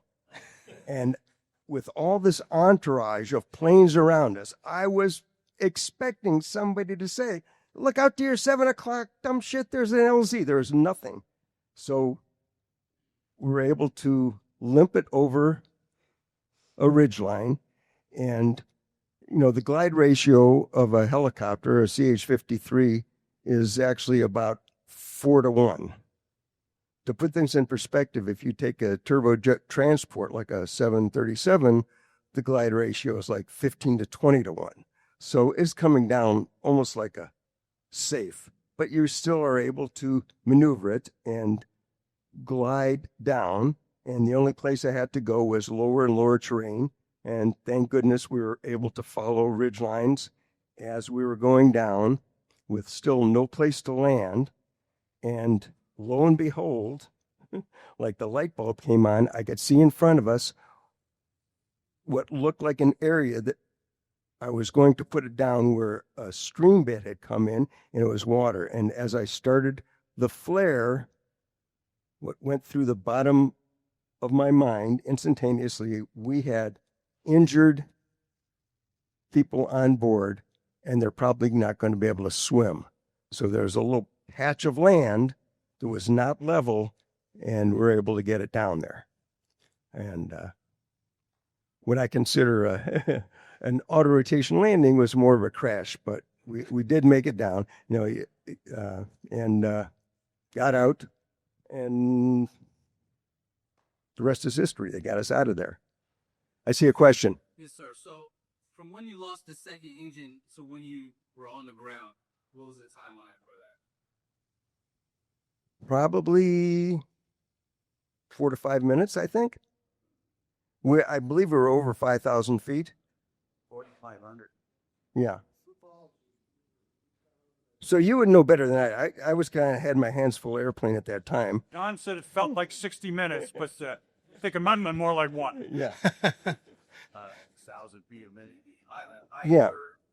I heard that conversation with the team, you and sometime later, and you had said 4,500 feet. Yeah. And I might add that he was a lot calmer than what he's, because to me it sounded like he was ordering pizza from Domino's when he was talking. But as one of the passengers on that flight, I have some comments, if nobody objects, about what was going on in the back end of that aircraft while he's doing here. I wanted to hear it, Mike. Well, we were, McCarley got on last. And I will tell you, I cannot say I couldn't go through a dictionary and find any more better descriptions of that man. That man was incredible. As far as I'm concerned personally, He is the finest infantry commander that this country has produced since April of 1775. When I you will figure second that. in spite of all that he was doing, McCarley was doing, he would come by and check on every one of us, ask us how we're doing. Not how Sergeant so-and-so, how is Mike Rose or Hagen or whatever. And the first sergeant Adair. But what was going on in the back is Bernie Bright and I got on, and Adair and came on, and McCarley got on last. So Bernie and I are sitting at the back end, and we're going up, and then all of a sudden, it got really quiet. That's the loudest silence I've ever heard. And I think it was Bernie who said, I think we're going to crash. And I said, yeah, we're going. And I remember sitting there arm in arm with Bernie, looking, and the tail was going up and down. And I think the reason we could see the ground and the sky was because the hydraulics were shot and he couldn't get the whatever that ramp up. Well, we would see green and then blue, green and blue. And then all of a sudden I get a tap on the shoulder. And it was a Marine Corps captain. This guy looked like he came from a PA shoot for a recruiting poster he was in starch fatigue, spit shined boots. And of course, we looked like we had been shot at and hit. And can I say that word? Shit at and hit too. And we smelled bad too. And so I said, I got wounded. And that was the Marine gunner. And he was a mess. And I don't know how that man survived, because he took a round of 12.5 under the right ear, went through and didn't hit anything vital, but he was bleeding like a stuck pig. And the next thing I know, we're on the ground. Adair's was thrown in the water. McCarley sitting there. He had lost 14 feet of teeth when he hit the bulk, roots and all. And he's holding on all this intelligence. And I walk up to him. Somehow I managed to shake my head and get some clearance. And I said, this is what McCarley said. I said, we need to get back on that helicopter. It's on fire. We got people in there. McCarley years later said, that was probably the dumbest suggestion I ever agreed to climb back into a burning helicopter. And we got everybody out. And the Marines that were on there, the pilots, one of them kind of formed a perimeter, but I don't know what he was going to use, because I think at that point we had about maybe 20 rounds between all of us. And I think the one other Marine ended up in the hospital, and I think I did that to him, dragging him, because I had to cut him out of the seat, and I drug him over equipment and everything, because, it was upside down. But it was an exciting ride. It really was. What they call an e-ticket ride. I mean, you can't go to Disney World and have a better ride than that. But that's what I remember about it. And, it's the funny thing. And it was so calm and collected in the back of that helicopter. And I think we'd all resigned to the fact that this was it. We're gone. But somehow you managed to. And I'm sitting here today because you found that patch of ground. Well, thanks. But what we talked about back in Washington, I know you thanked me for getting you out of there, but I was the guy that put you in there in the first place. Well, and also on that, just for that impact, Captain McCarley crushed several teeth, and he had more than 2 years of dental repair, oral surgeries after that mission. And Mike, the ever modest Mike, that Marine Corps gunner, was squirting blood onto the ceiling of the helicopter. Mike went over, began to work on him. He said to him, like a good medic, if you were going to die, you'd be dead by now. Now settle down. And he says, like, Barry, go ahead. Yeah, I have a little aside on that story. We used 4 birds to get them in, and Lieutenant Colonel Harry Sexton was our Scarface CO leading all the helicopters. And 3 birds came in, and we had Dash 4 en route. And Harry Sexton's trying to call Don Persky to see, do you have everybody on board? Are there more in the zone? because the door gunner was named Shaky. His nickname was Shaky. They call him Shaky Stevens. Took the round through the neck. Fortunately, Mike got to him and pulled his helmet off and was treating him because there was no comm between us and the 53, and we had -4 coming in. And if Mike hadn't have pulled off his helmet, they wouldn't be here today. So fortunate. I mean, he just happened to pull off his helmet. Then Persky could hear Harry Sexton saying, "Do you have everybody? Do you have everybody?" "Yes, we got everybody." And they waved off. But if they went in the zone, the zone was covered with NVA, and they never would have made it out alive. And so what I'd like to do, if you don't mind, miracle. Barry, I'd like to have Gary Green talk a little bit, because he was a Covey who watched Don go down, and then also to go to Brian Sweet, because you had an observation point. But first, Gary, talk a little bit about what it was like, what you saw from your perspective. Oh, I'm sorry. You can. Your name again, so everybody knows? I think people could probably hear me anyway, but thank you. During this whole time frame, we had a horrendous problem with getting shot off LZs every time, to the point that we didn't lie to Saigon, of course not. We had alternate LZs in mind before we briefed, because if we went to the ones we reported to SOG, we got shot off of them. Do you have evidence of beliefs that, in fact, this whole damn thing was compromised before you ever lifted off for it? And this may be Tilton and John, the more broader-based historian's question, but that's a good question. Sure. I have the sneaking suspicion they knew in detail that y'all were coming and where you were going, what your intents were. So that's a good question, John. Any thoughts on that? The conspiracy side. I used to be a paratrooper. That's when our knees are shot. There was indeed a mole in SOG headquarters. Right, we have one. Right. And I forget when it was, but for purposes of relations with our counterparts, there was a tendency in SOG headquarters to share information about the locations of troops on the ground. It is not at all beyond reason that was indeed leaked, passed on to the North Vietnamese. And in the case of the first Halo jump, that indeed, the NSA was alerted just because of the priority of that Halo jump. And they intercepted an alert to the North Vietnamese in the field that there were going to be jumpers that night. So it was postponed a day and the drop zone changed. Thank you, John. Gary. Okay, thank you. Gary Green, you, as a Covey rider, a Covey pilot, you saw.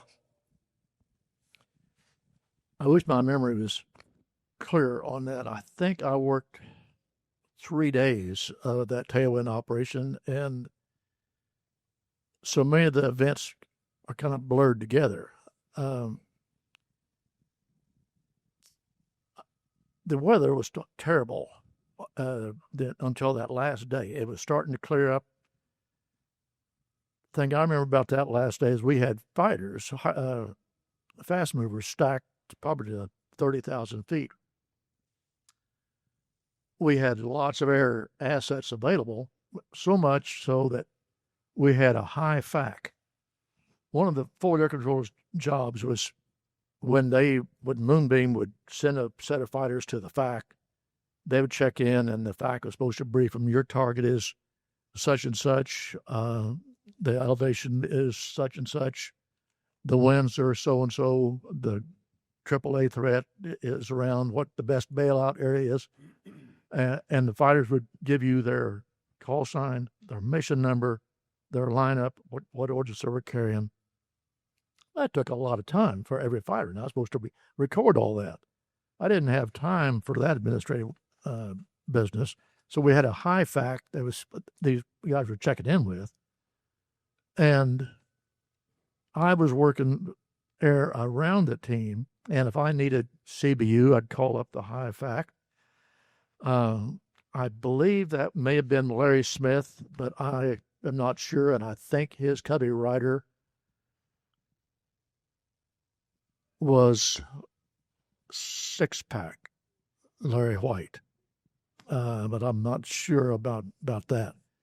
I think my Covey rider was Bill Grimes Country.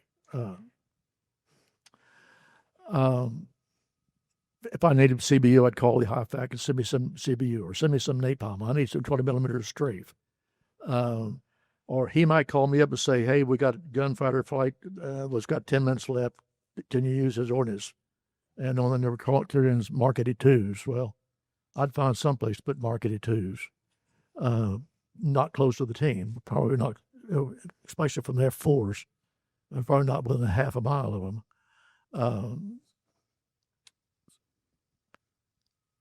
I remember moving from one LZ to the next as we were putting in those last 3 choppers. I remember the last chopper getting out with Don. And by this time, my fuel gauges had been bouncing off empty for a while. And I thought I might have enough gas to get back to Doc Toe. And I remember him staggering off. I was heading southeast, and I can remember him being off my left side, and I was watching him and feeling so elated that we finally pulled this off and got these guys out of here until he said, I lost my second engine. And, or mayday, mayday, mayday, I've lost my second engine, I'm going down. And I thought, oh, shit. The elation just evaporated there, and you thought, this is it. There's no way. Because I knew how deep and steep that gorge was running to the southeast. And there was another CH-53 on his tail, and I just wish those boys the best of luck as I was heading for a gas station.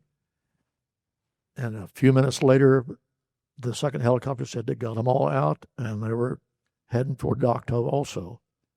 All right, Gary, thank you very much for that. And I'd like to get to Brian. Oh, you had talked about what you had seen, some observations. Yes. Hold it closer. Just Oh, hold it. yes. I was the operations officer for the Pink Panthers 361st Aviation Cobra unit. We were actually out of Camp Holloway in Pleiku. 4 aircraft, 2 platoons would support CCC, fly up to Khartoum every morning, and then stage out of New Doc Toe. And our third platoon was on 2-corps standby, usually the 4th Infantry Division or the 23rd ARVN, sometimes CCS down at Bami Tuat. Tailwind was like old home week. I went through the Special Forces officer qualification course with Eugene McCarley in Fort Bragg, June of '67. Flight school with Don Persky, class 6918, fall of Small world. 69. And when it was all over, I was tying down the rotor blade of my Cobra that Woody and I were flying, and Eugene gets off the back of whatever aircraft you guys finally wound up on, came down tail ramp, said, hey, sweet, how you doing? I go, oh, pretty good, Daiwi. And he kept on trucking. And Don comes around the front of the bird, and we say hi. You had something funny about your mouth. Did you bite your lip or something in that? Or, Yeah, I just about cut my lip off and fractured my jaw and had some things. Yeah, you didn't look right. Yeah. And I do remember I was the last guy to get on the chopper that finally pulled us out. And our maintenance officer at the time, Chip Sapola, was on that bird. Ah. And as soon as I got on there, Chip looked at me and said, Shoe, which I always called everybody Shoe. Shoe, you better hold on to that lip or you're going to lose it. It was kind of hanging by a thread. Yeah. So my call sign was changed to Lip. Yeah. Woody and I blew up your airplane after you auto-rotated. I won a lot. My grandson was a crew chief down at San Diego there where the 53s wound up. And I used to win some bar arguments about shooting down a Marine helicopter. But nobody believed me. So. Those are only confirmed kills. Yeah, that was our only confirmed kill. We were behind them, and we still had a lot of ammo with us because we weren't really involved with the last part of the extraction because the Marines were, the Marine pilots were covering their own with their Cobras and stuff. So we still had ammo left, and I think most of the Scarface was probably out of ammo and stuff. So we followed them down, and fortunately I had a brand new camera, so I got to take pictures of him going down and where he crashed, and then I took more pictures after we blew it up. So that was kind of fun. And also to our Scarface brothers, their Cobras were shot up. Every day they had to go back and repair the bullet holes in their Cobras. And I think at one point, Joe or Barry, there was at one point when they were making gun runs, one of you gentlemen ran out of bullets, but they still made a gun run. So the NVA thought the Cobra was coming down, which I think is the ultimate aviator valor. Yeah. Thursday the 10th, I got notice that we weren't going to be supporting the mission on the next day, the Friday, because Scarface was going to escort. So we were sort of hanging loose. But Friday night I got told you guys had so much battle damage you weren't going to be able to do it. So we were back in the picture. And I spent the next 3 days bringing crews and aircraft up from Holloway to replace what got shot up. And I went out on a few missions myself. I would like to say there's one aspect of Tailwind that the onion needs another peeling. There was a briefing on Sunday the 13th by a ununiformed guy I heard called Larry, who I think was the CIA, about this agent that was used, and he called it sawdust. And the Army sent me to medical school. I became a physician. I got very interested in this. But for instance, this guy told us no exposed skin, have to wear a gas mask. And I said, well, I don't even think we have gas masks for the aircraft. He says, yes, you do. And I later found out there'd been an incident the previous October 1969 at Doxy Yang where this stuff had been used. And I think it was also used to extract pilots in North Vietnam because they always sent a medic down to retrieve the pilot. And I think that was to give them an injection of something called Narcan because they used the same agent to quiet down the opposition around the downed pilot. Anyway, I asked in the chemical warfare kits at the time, they had atropine. Cobras had tandem seating, and you can't reach each other. So I asked this Larry guy about, should we have some atropine out? I thought it was nerd gas, and or somebody's atropine on any circumstances. And I later found out atropine blocks the action of Narcan, which you use to reverse a opiate overdose. And for instance, on the way out on the 14th, I heard Nixon on AFVN talking about the chemical warfare treaty we just signed, but the Senate hadn't ratified. And I guess incapacitating agents like tear gas were still allowed. So I was kind of wondering about all this on the way out there. Yeah, and also I think that Jim had learned that after all his legal research, at the day of the date of that mission, there were only 3 sites where they actually had, the U.S. military actually had sarin gas. One was the United States, one was Okinawa. Okinawa. Yeah. And Johnston Island. But nothing in Southeast Asia, just for the record. And then we haven't heard from Mike Wilson yet. Mike, did you have a follow-up point for your overview on Tailwind from your time out there? Because this is the first time we've had so many of our aviators here as part of this. Well, let me say a little word about Mike first. Sorry. Mike and I have been friends a long time. But we lost 2 Cobras on Tailwind. We had a lot shot up. One of them was hit by the mortar at Dak To, and the other one was our CO that Barry had talked about a resupply mission, us trying to get in there, and that was our commanding officer in the front seat and Bob Lewinsky in the back seat flying. And Mike was one of the Huey pilots that came in and picked him up. And the whole time I spent 20 months with the 361st. And any time that we had a pilot down or an aircraft down, they would be right in on top of us. Didn't care how many people were down there shooting, but Mike and his guys would be down there in a heartbeat. Thanks, Woody. Oh, by the way, Marines, mad respect on that auto rotation. Yeah, big time. If I hadn't heard about it, I'd have never thought a Marine could do that. Mad respect. Good job. Second day, we're going in. I've got ammo, resupply in the back, and a couple of SOG guys. Supposed to go in, just resupply and medevac if we can. The way the Hueys worked, we had one bird up high, 5,000 or above. The Panthers would go down and set up a racetrack pattern around the path we're going to take in to land at the LZ. The lead helicopter, which I was that day with, actually Rocky was the AC. We were both aircraft commanders at the time, but I was co-pilot that day. Rocky was flying. So we circle down, we get in the racetrack pattern, we're treetop level, touching the trees, going as fast as we can. Blue 2, he's up there vectoring us in, turn left, turn right.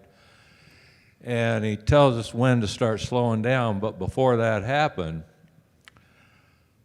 Panther 1-4 makes his right turn at the end of the racetrack, and his wingman's coming in behind him. I forget who it was.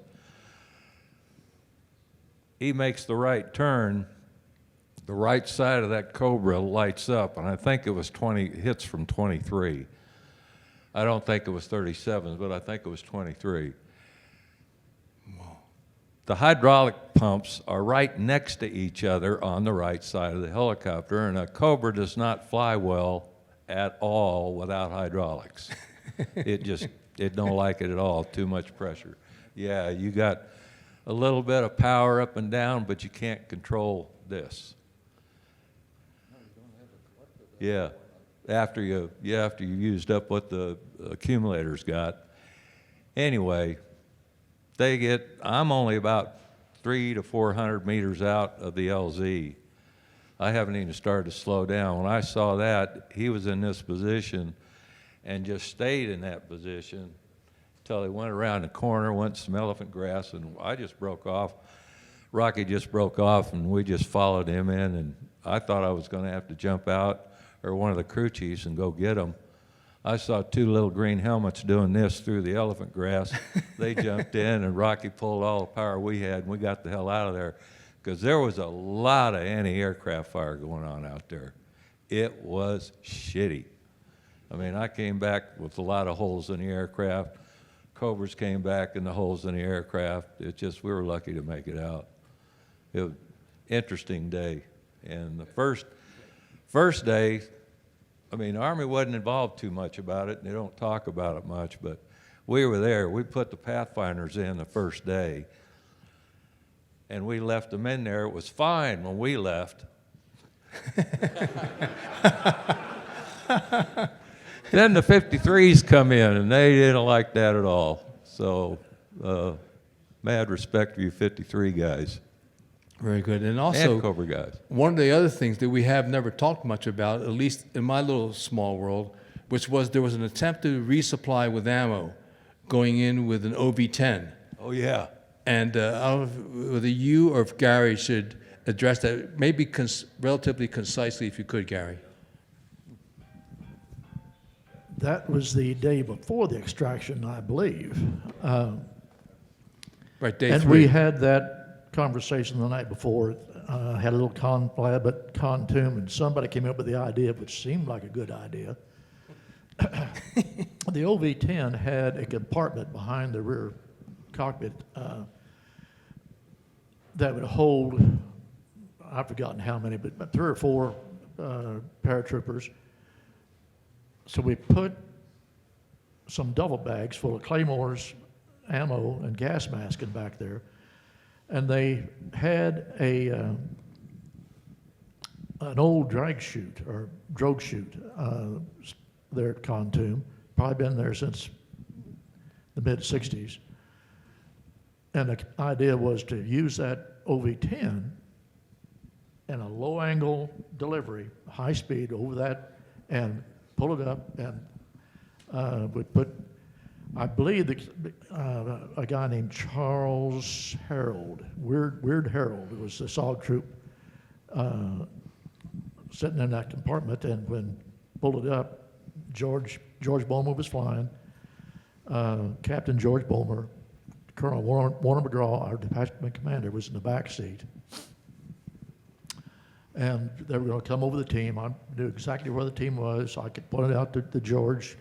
He knew it.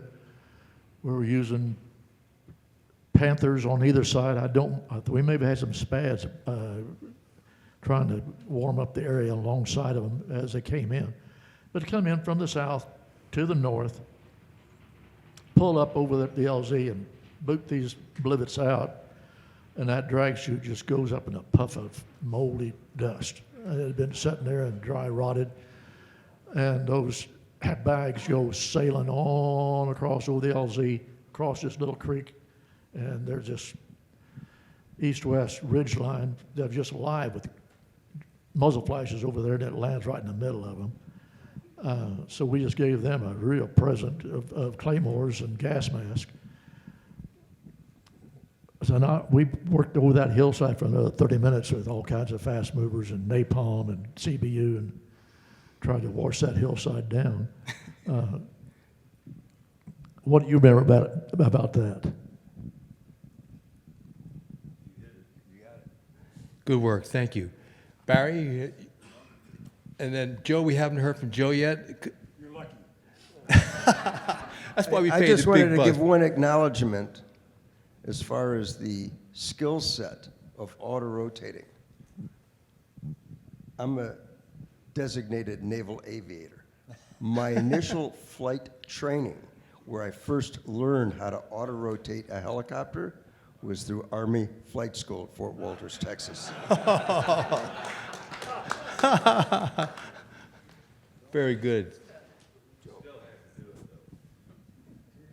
Joe, go ahead. Yeah, well, I'm glad to add a little anecdote outside of the operation itself, and that gets to the CNN story. Much like many of us, I was a fairly regular watcher of CNN during the 90s, so I was generally aware there was this broadcast going to be aired on that Sunday. But I didn't pay any attention to it because, like many of us, I didn't believe anything that the news media had been saying about Vietnam for 20 or 30 years. So I could, in the back of my mind, remember that. Did not watch the broadcast.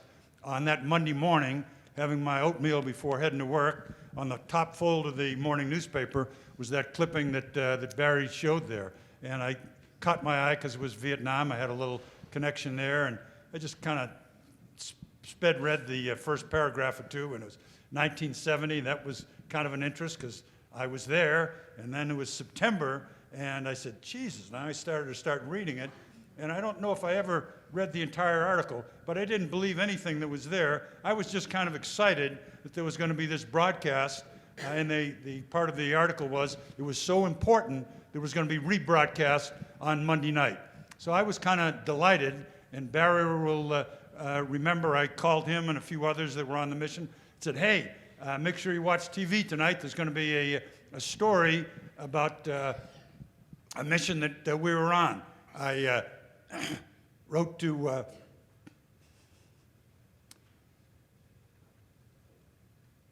my kids and family members and looked at it with excitement that night. And as it started to unfold, it was shown here. I was, initially in disbelief. I was then embarrassed, and then I was angry.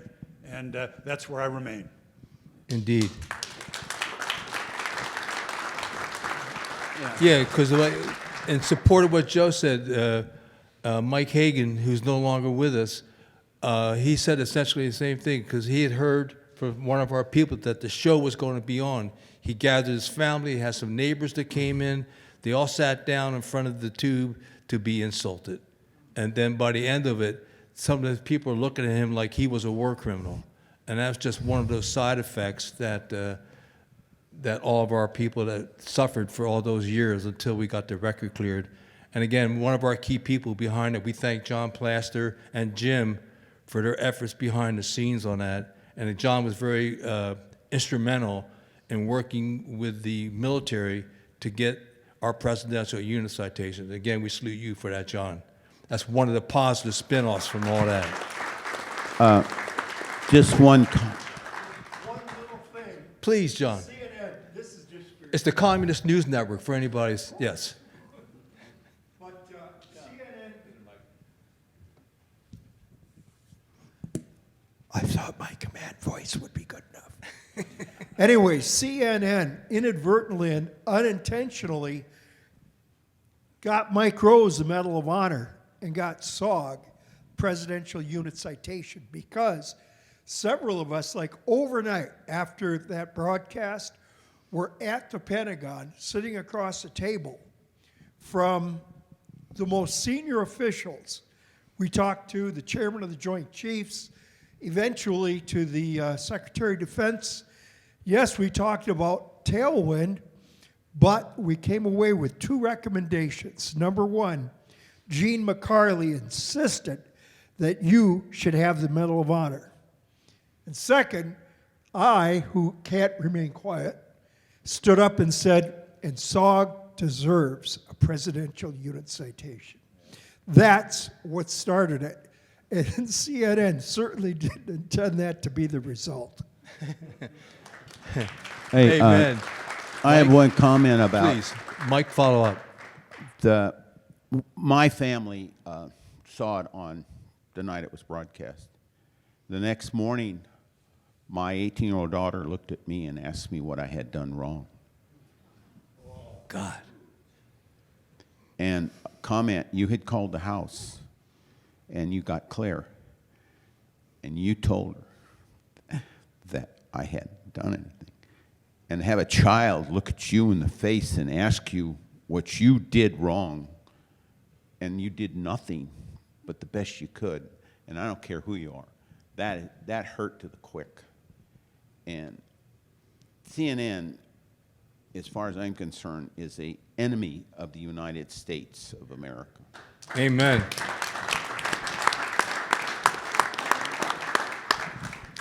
You know, also, just a quick little side note, one of my favorite quotes from Mike about all this is many years later, talking about the creativity of our Green Beret medics. The headline to one of our subsections in the story is, Maggots helped Green Beret medic. And when Mike was keeping and treating his wounded during the 4 days, the maggots would kind of clean out the wound a little bit. And that was one of the sidebars that Mike told me, and our medics used that training and helped our people get better. Just maggots help Green Beret medic. So, any more files here, Mike? Any more? We can go down the line. Or any other questions for the audience? Please, yes, sir. I just want to make two comments. Your name, sir? Larry Atwood, 361st, 119th, 170th, Red Leaf. Airborne. Thank you, sir. We want to make sure you get credit. and John and I know each other. He was running the Covey back in the front seat when I was leading missions down below. All right. So anyway, the first thing I covered is Brian mentioned sawdust at Doc Siang. Yes. Actually Doc back was a 60-man slam unit, and they were trapped in the bivouac area. It took us 2 or 3 days to get them out. Yes, sir. Second thing, we'll talk about auto rotations. Mike Wilson doesn't talk about it much. How many people read the strings in here? Too many. Yeah. And for our audience, the strings, just for our audience, strings are when a helicopter can't land, they drop ropes. So those that get picked up, and the aviators call them strings. So you I've written them myself.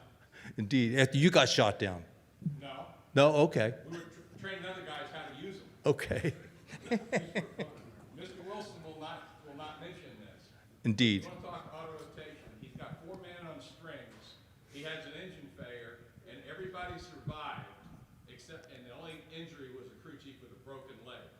Really? That's his history. So he says challenges somebody in auto rotation. Indeed. He knows his business. Thank you. Salute to you, Mike. Barry? Wow. And so, any other questions in the audience? Yes, sir. Steve Sherman. Two comments. One on what John Plaster mentioned about having information about what we were doing. We had a person at NKP from SOG whose job it was every morning to go up and look at the target lists on the board. And he'd say, don't bomb here, don't bomb here, don't bomb here. The way he knew that is he would get a message that had come from Da Nang to him in NKP.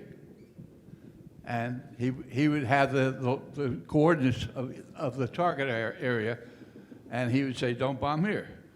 However, that message went on a specific type of teletype machine, classified teletype machine, and that was the teletype system that the Walker family had sold to the Russians. And the Russians had a listening post outside of NKP. There were a lot of compromising people within the SOG, Vietnamese part of the SOG operation, but the biggest one, I think, was that one. All right, the second thing is a speculation I've had for a very long time about this whole thing, but I think it's really important, and if CNN can throw away assumptions, I think I'm entitled to one assumption too. In 1998, if you go back in the records of the Atlanta Constitution, or whatever the hell the newspaper is, Ted Turner had wanted to be a candidate for the presidential election in the year 2000. It's mentioned within that newspaper. They interviewed him about that possibility. The second story within this Tailwind thing was about basketball players' illegitimate children. In terms of the U.S. listening audience, that was the key story for that night. Nobody cared about what Special Forces did in Vietnam. But they ran the story despite what people in their own organization, Perry Smith for one, told them to do. And the reason they did it was because Ted Turner had presidential ambitions. When he failed to fulfill his presidential ambitions, like she did with her first husband, Jane Fonda left. That's the only evidence I have to back up that story. Thank you, Steve. I think one more question, please. Yes, I'm Ken Gauntlet. I served with the 173rd, then later on with the Rhodesian and South African forces. Have you gentlemen ever had contact with the Montagnards, with the Vietnamese that you served with? Mike?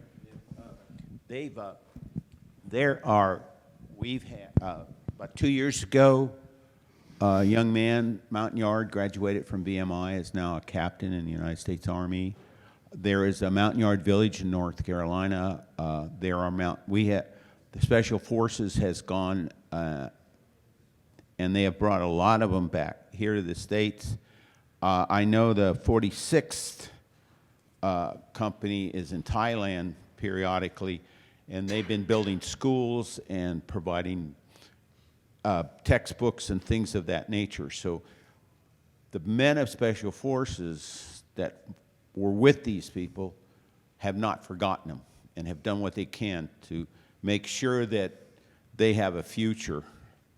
Some of them, like the one guy here, he was up there, Cooch, my Montagnard medic. We've been trying to track him down for years. We think he got eaten up when the North took over the South, but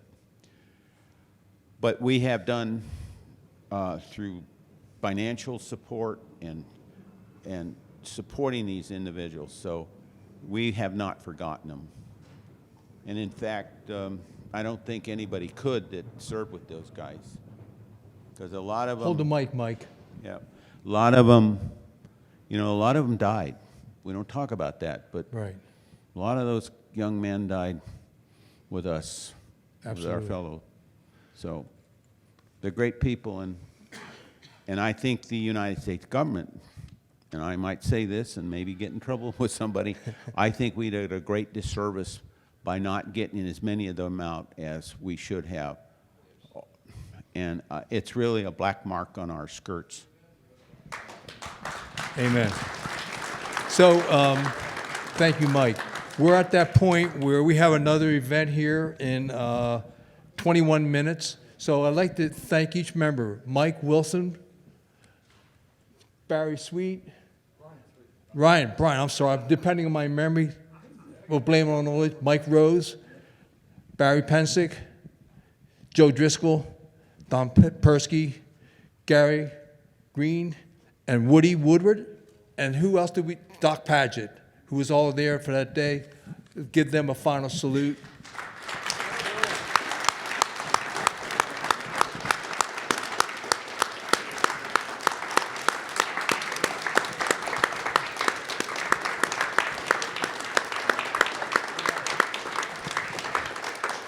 And my one last thought is this. As a recon team, when we went in and we took fire, our mission was ended. We were compromised. When they went in, they continued the mission, and it turned out to be one of the most historic of our 8-year history in the Secret War. God bless you all.